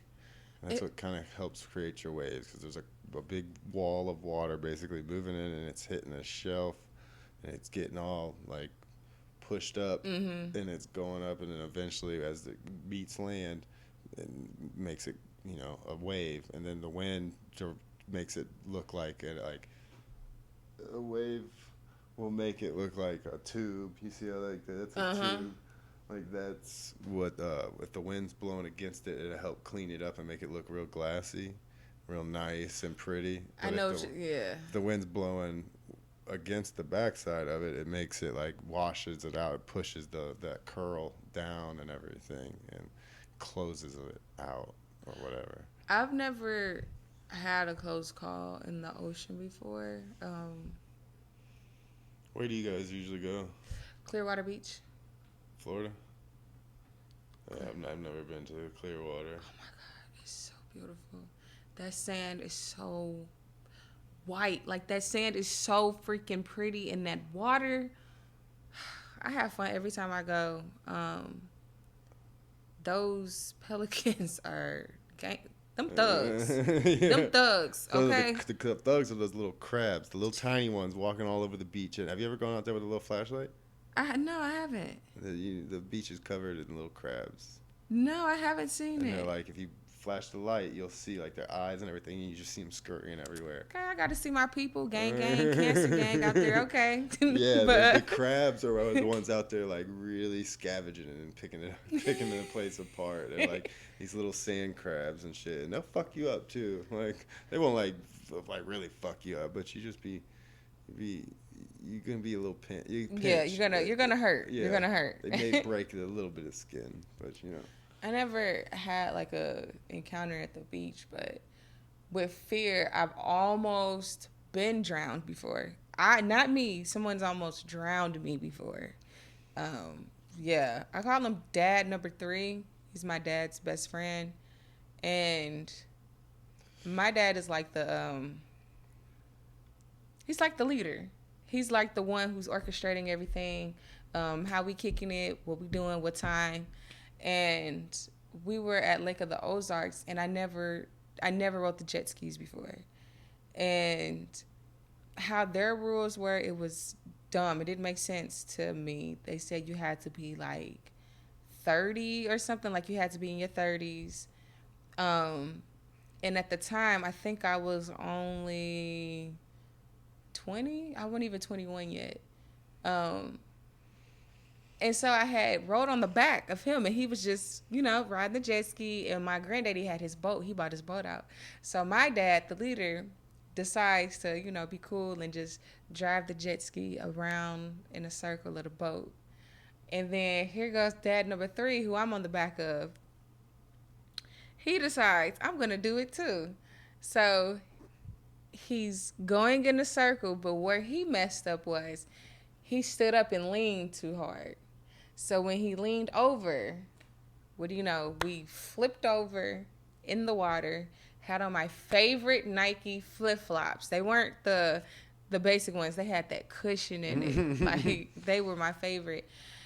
And this whole time, he's just, help me, I'm drowning. And he's pushing me down. I'm like, I got you. And you have on a life jacket. You're good.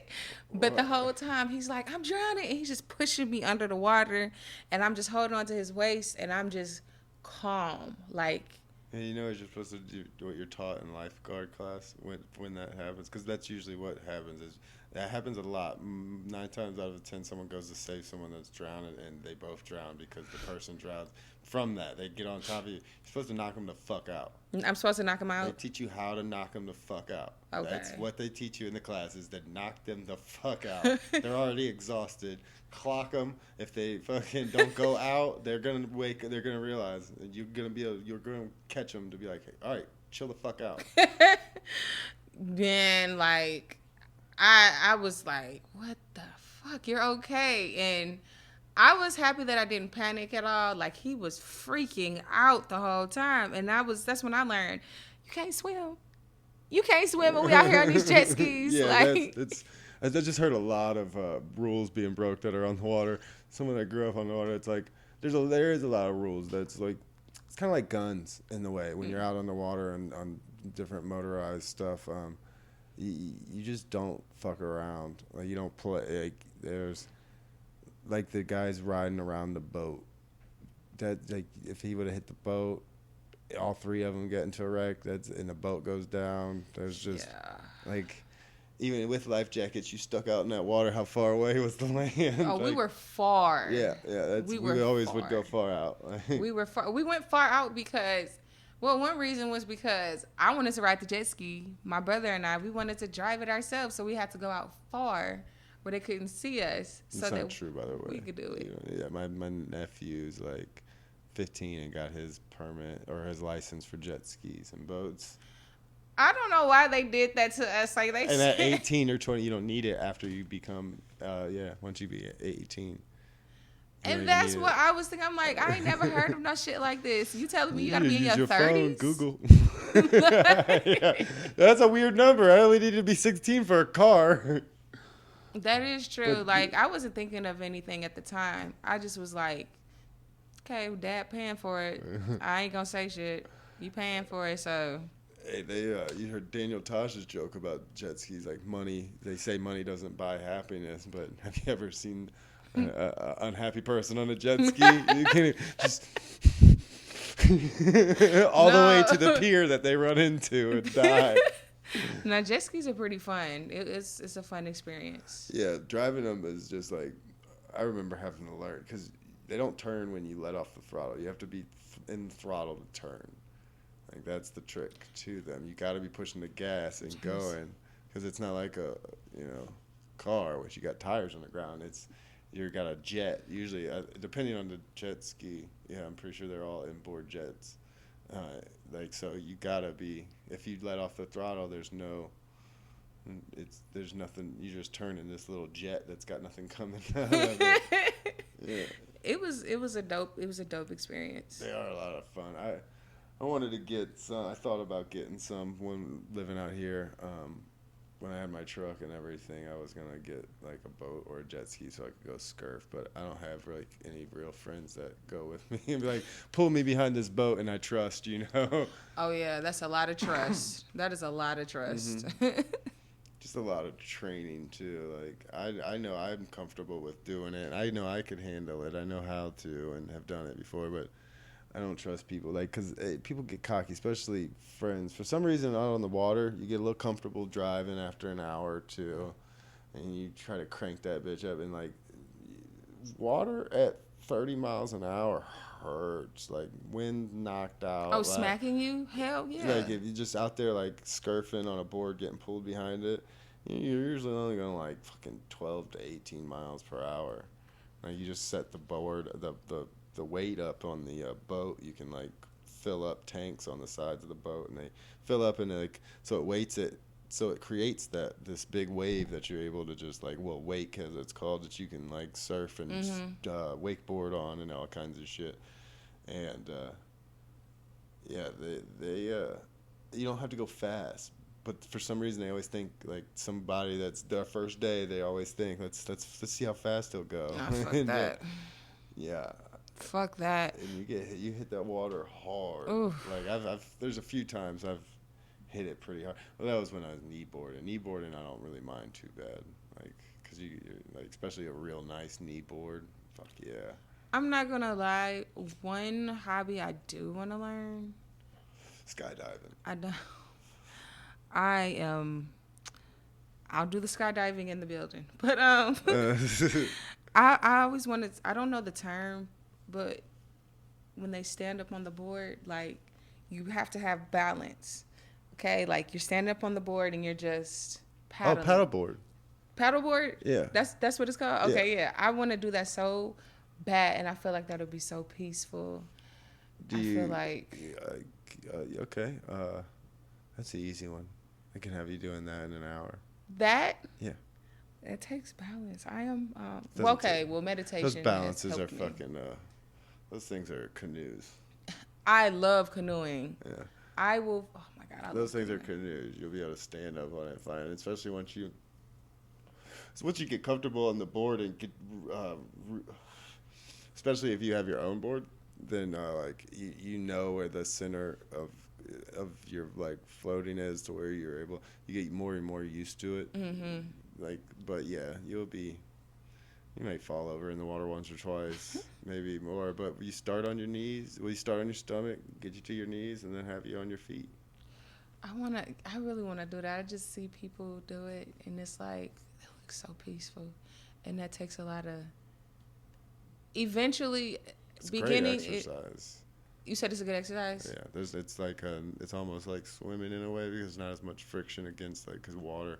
Swimming is one of the best exercises. There's no like You're running toning tracks. everything. Yeah, running the track and lifting weights. You're compressing joints and you're like cartilage, your all kinds of things. Like weightlifters get a lot of carpal tunnel a lot. You know, people that lift weights regularly, or they get blown out knees. You don't get that. My father-in-law is like 70, and you would think he's a 50-year-old man if that. Because the way he as healthy as he goes swims every morning for like an hour. Oh, that's good. Yeah, that's his thing, and he's so healthy. It makes me like I used to swim, and I didn't even realize how much I swam, but until like I came here, like I feel so bad for my dog because he grew up on the beach with me, and like so he don't get to swim at all no more.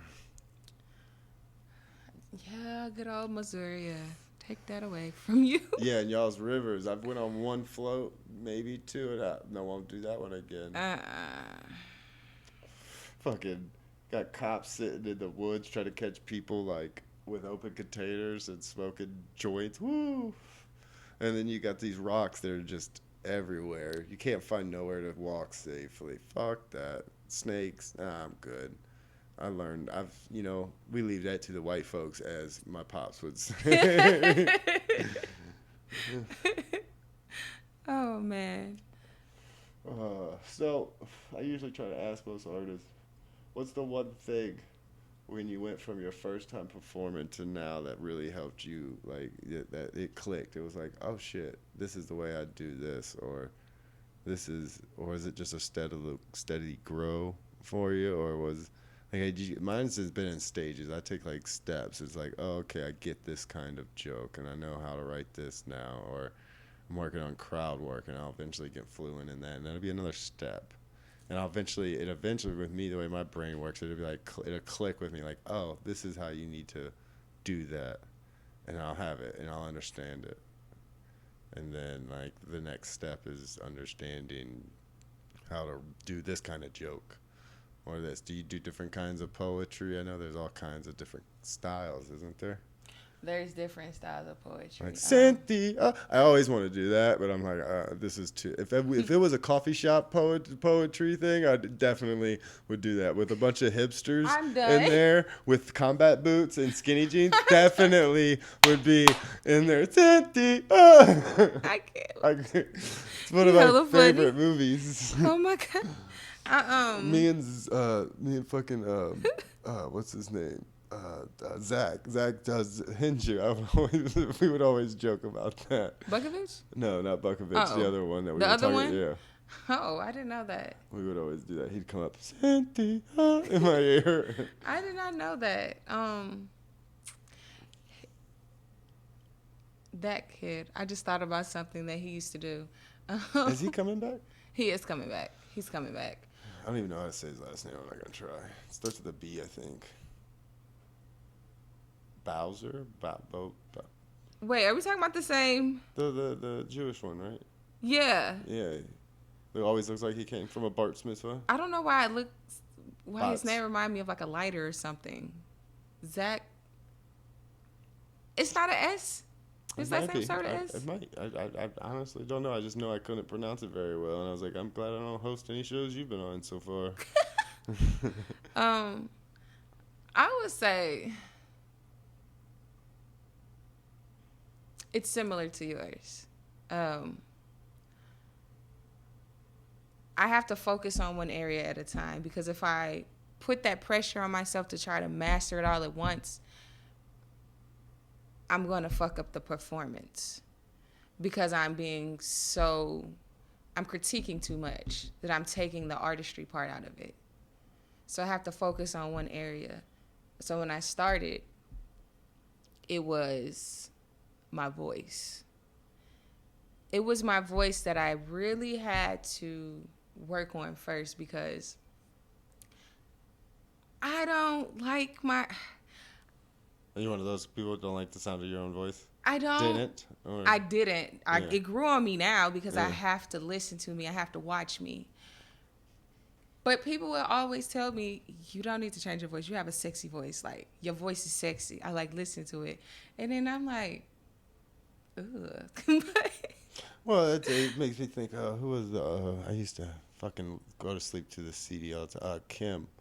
Chemistry had it was the album When Love Calls was one of the big hits. Yes, Yes. yes. Like, I'm sure that that's not how he talks, right? Some of the stuff, the way he talks, and yes, he's perfect. He's probably studied and tweaked it, like you're saying. Yeah, Yeah. definitely, definitely, because there's same thing in comedy. You try to use words, different words that pop more, like. Well, fuck, of course, but there's other words like Peter and Pecker and just you can replace words that are just that hit harder just because it's a funnier sounding Oh my word. God, a thesaurus is your best friend. Like Yeah, thesaurus is best friend, but yeah, I should probably get an actual thesaurus. I use it a lot. That and homonym. I look at homonyms and homonyms or whatever they are a lot as a one-liner when I write one-liners or trying to work one out. I haven't really written too many lately. Just been working on more of the story ones for some reason. the story was. Oh Yeah, yeah, it's yeah. new year. I've been trying to do new work on other shit like one-liners. I can do that, and I got like 20 something minutes worth of one-liners. So if I could get 20 minutes of actual good shit and mix it up, try something a little different. And that and crowd work. I usually do my crowd work at the bucket mic, and it's a bomb. So it's usually just comedians that are there. So I'm not a great crowd work guy. I I think that's where I'm at now is crowd work. And when I say crowd work, I mean being interactive, more interactive with my poetry now. I like picking. People call it victims. I don't call it a victim. I call it as someone being blessed. Mm. But it's like I understand after listening to myself and just really listen because I like to do audio and I like to watch myself at the same time. But if I take away the video, I really focus on can I feel what I'm saying?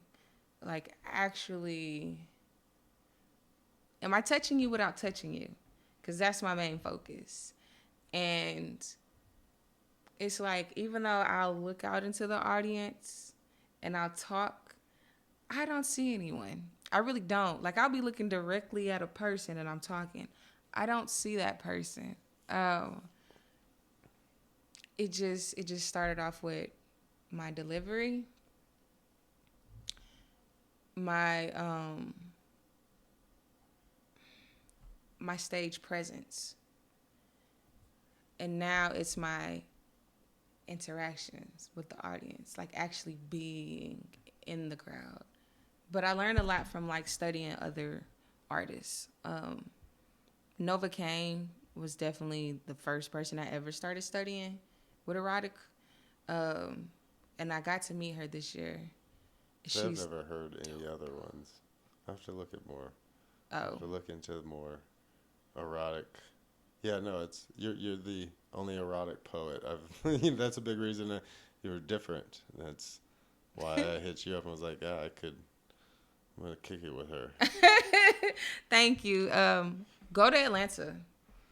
Atlanta is fun. Yeah, Atlanta's got a big comedy scene too, so I've wanted to check that out.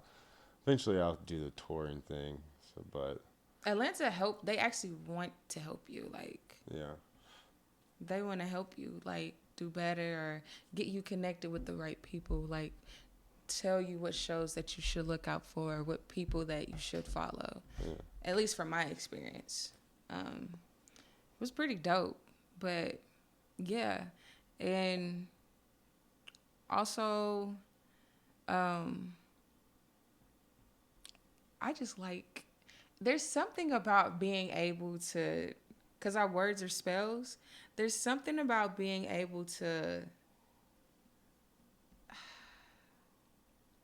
I don't want to say manipulate, but at the same time, I kind of am because I'm tapping into your feelings.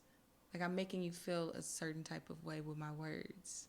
Yeah, no, So definitely setting the mood, and like I'm sure if you weren't feeling it, like if you were in a just horrible, shitty mood, and you tried to go do that, it probably wouldn't.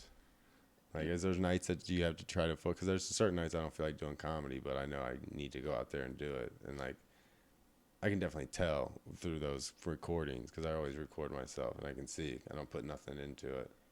There's definitely been nights where I was not feeling it. Yeah. Where I'm not feeling this at all, but I know I need to get up on that mic. And me, myself, I feel like, oh, this was terrible. But then I'll still get the, yo, you are amazing. That was so fire. And I'm like, you felt that? Yeah. Yeah. Well, there's always, yeah, that's, that. Well, you're at a stage to where there's always going to be someone that's, yeah, I mean, you're not. I've seen a couple that go up there and it's like, it's the same for you. Or keep trying, keep trying. You know, that could probably go and sit down and be like, ugh. They probably felt that, but you've worked all past that. It seems already.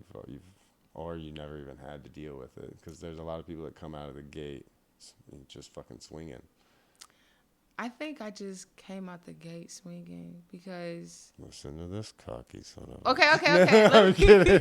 Well, okay. Let me fix that. When it comes to writing, I had it. As far as performing, I crave constructive criticism. I always look for it. I need it so I can get better. Yeah. I like to ask audience members and I like to ask other poets. Tell me, what did you not like? What did I need to work on? And I've had the most help with male poets. Like, male poets have actually helped groom me. Yeah. There's a lot of, seems like a couple guys, more male poets at the Word Up that I've noticed that you can tell have been doing it a lot longer, like that have been doing it a while. Yeah. You know, experienced and have been writing for a while, especially when you can tell they're doing something new and you can see how articulate it already is. Like they wrote it and then they spit it and it's just like, God damn. You can tell that they've been working with words for a while. Yes. And yeah, you can tell the people that don't, but males, there is a lot more males, so I can see that. And you also have got the Word Up crew alone, the two the guy and the girl that she uses. I always fucking forget the Crystal name. and Black. Crystal and Black, yeah. Them two, and then Lewis and Energy. Those four right there are the most supportive people that you've got out, you know, and you're right there as part of that, you know. It's always y'all five. I see it there, so. Yeah. You got Gang. you know.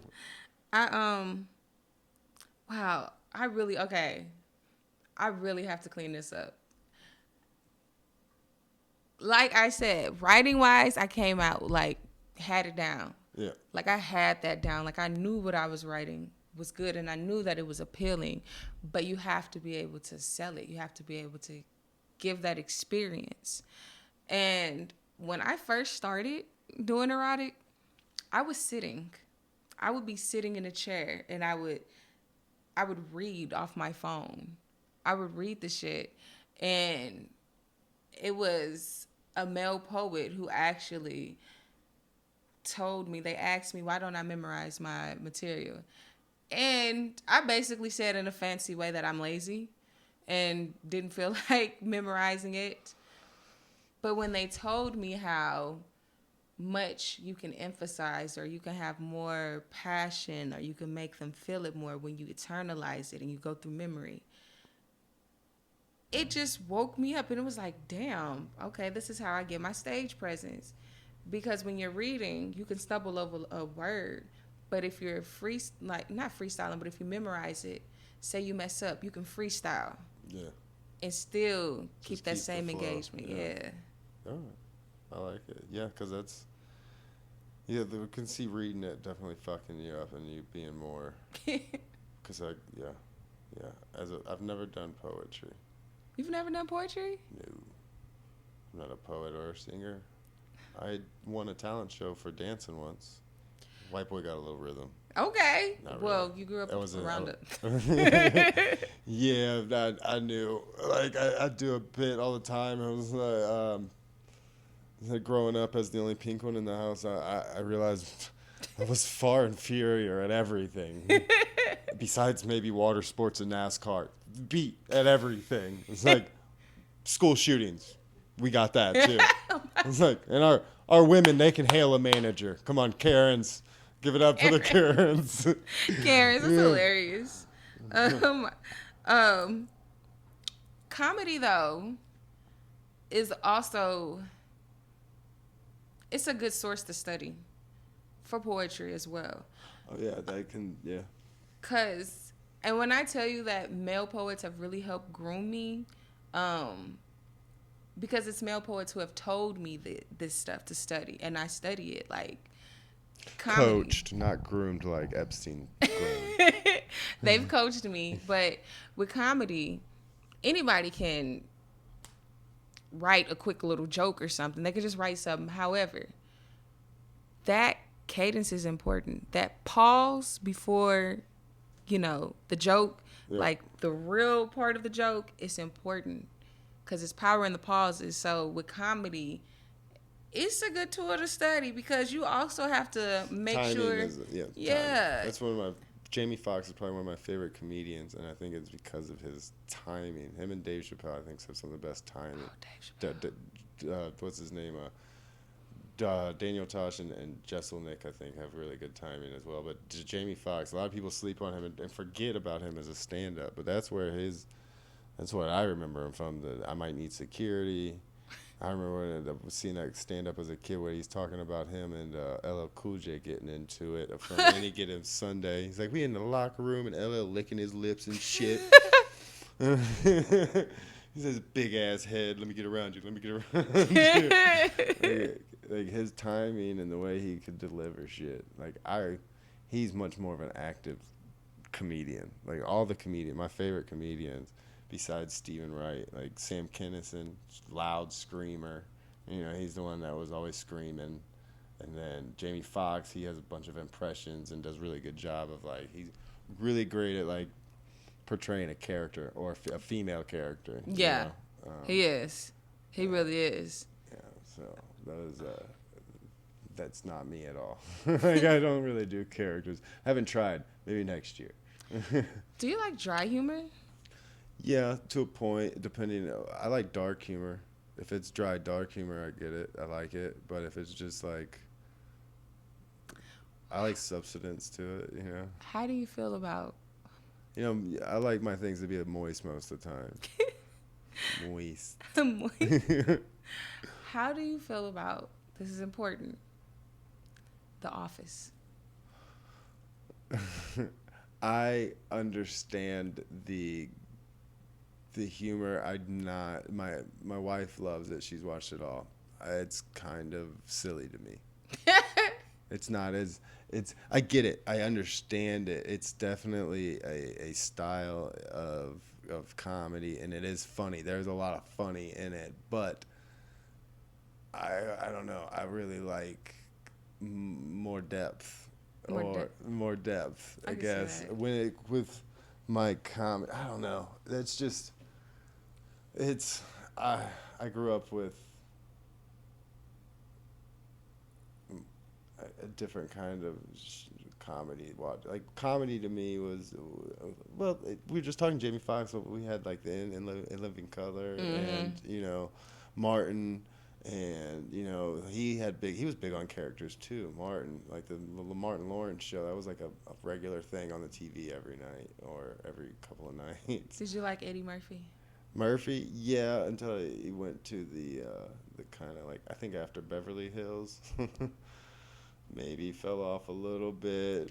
But he was a rock star at he did Delirious at 18, 19 years old. He was touring, doing that, building that set, that hour. Mm-hmm. He was 20 years old when he recorded that. As a 20-year-old comedian, it was filling arenas. He was just wow. Harlem Nights was my shit. Harlem Nights, Boomerang, Coming to America.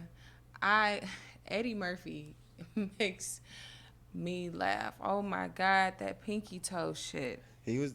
There was a rumor that he was gonna go back. He was gonna do stand up because then he do something on Saturday Night Live. He did some kind of monologue, and it was really good. Just you could just tell you could tell he was a comedian, but I hope he goes. I think they all should. I think Fox should, although I heard he's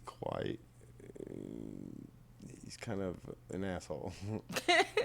Like he forget who it was. Somebody, one of the like a big name rapper, was like in VIP or something and was there, and Fox was just like, I don't know who the fuck he is. So like he ain't fucking nobody yet or something like that. Oh It was my like God. damn, and he just, but he's probably the triple threat. Like he can sing, act his ass off. The comedy. He's really good at it. When he gets a role, he play that role. Yeah. You know, he got a big called a. He got a lot of shit, but the Wayne Brady was really fucking great at doing just his own style. I mean, he flexed to the right demographic. You know, those middle-aged white crowd from the Whose Line Is It Anyways? But he was so good at that improv shit. Like he was my favorite. He was just so on it when it came to timing and just facial expressions and shit with that Whose Line Was It Is It Anyway? I never got into. Okay, facial expressions. I'm gonna bring it back real quick. You gotta tell me that Jim's facial expressions in The Office weren't. They were hilarious. Jim. The one who was always into it with Dwight. Who? See, Dwight's one of my favorites in that one. Yeah. He's Jim. one of my favorites Okay, too. Jim's the one that the one with the pointy nose, right? Yeah. When they'll do the camera close up and he'll be like. Yeah. Like him. But I'm sorry, that is like hands down my favorite comedy of all time. Have you ever seen Californication? David Duchovny? No. Isn't he from X-Files? Yes, but he's actually no longer the X-Files guy. He is Hank Moody from Californication.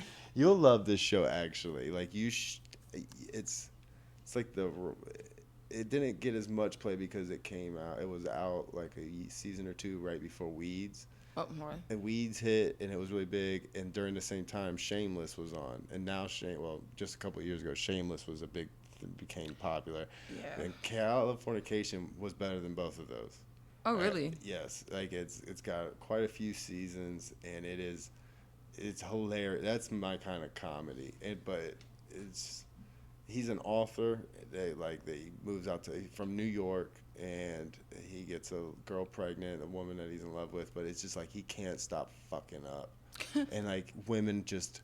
He's a master with words because he's an author, but he's like rock star. RZA's one of the whole seasons of RZA's like basically throws so much money at him to write his autobiography. Like rock stars want him to write their autobiographies because he's just got this style that's so amazing, and he's just so upfront and so straightforward that everybody wants him. Like all the chicks, he's always smashing out.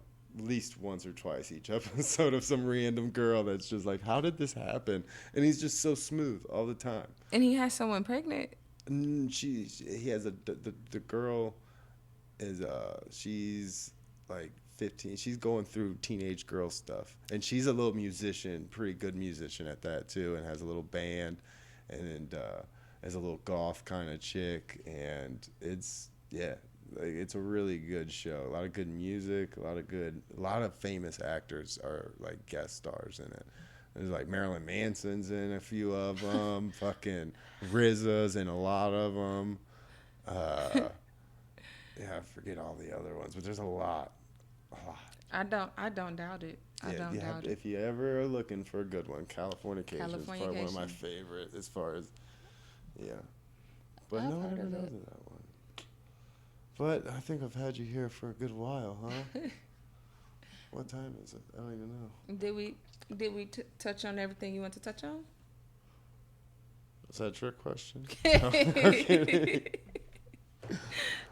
Touche. I walked right into that one.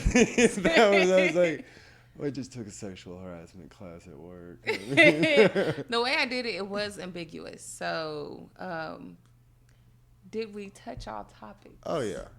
For this time around. Oh, you want to have me back again? Of course. Oh, well, It's not a one and done kind of thing, you know. I'm in it to win it. You're in it to win it? In it to win it. Well, I'll be back. All right. I like Maybe it. we'll get you. Maybe we'll get another co-star with it too. Another guest of some sort. I don't know who though. Maybe Lewis will come in, which I've had multiple times set up with him, but he's a busy man because he's just so popular. He is busy. Yeah. I'm telling you right now, the conversation that you guys are gonna have. You get Italian on me every time. You're like, let me tell you something. I'm telling you right now. Hey, but they're gonna be so mind blowing. Like, you're a genius? Like, you are a genius. Like, for real. So I can't wait till y'all have your conversation. Yeah, no, he's. I hope so. I've been waiting to get him on here. There's another guy that's got a podcast, and I think he does poetry. And he Artemis? talks. I think so. He's not the biggest fan of the White Devil, from what I've heard in one of his poetries, but I would love to have him on because he's got a lot of great insights. It's Artemis. And I agree with a lot of the stuff he says, and I do understand and admit, like, oh yeah, that's for real. Like, we did that dumb shit. Like, we dumb evil. Like, we did it. I agree, but I want to know your point of view because it's, it's really good. I'm always. It's definitely and Artemis. my pops doesn't get that deep into it. Like, he doesn't break it down. Like, he's like, yeah, it's fucked up, but that's not how it is today, and that's not how we act. Period. Like that, He's like, you don't cuss in front of my like I don't cuss in front of my mom because he's that old school type. It's like you don't cuss in front of your mama. 70 years old. Gotcha. Yeah. So, but I appreciate you coming on. Let's say goodbye. Totally tells. Oh, can I get my IG? Yeah. Oh yeah. Plug all the medias. All the medias. So I'm really more active on Instagram. I have erotic content. You can follow me at tailored_tales. That's spelled TALORD. No Y in my name. _tales, TALES. If you are looking to have your own personal erotic story where it's tailored to your desires, your fantasy, the type of woman or the type of man that you want or scenario, I will sit down and interview you and write that story for you. Oh, shit.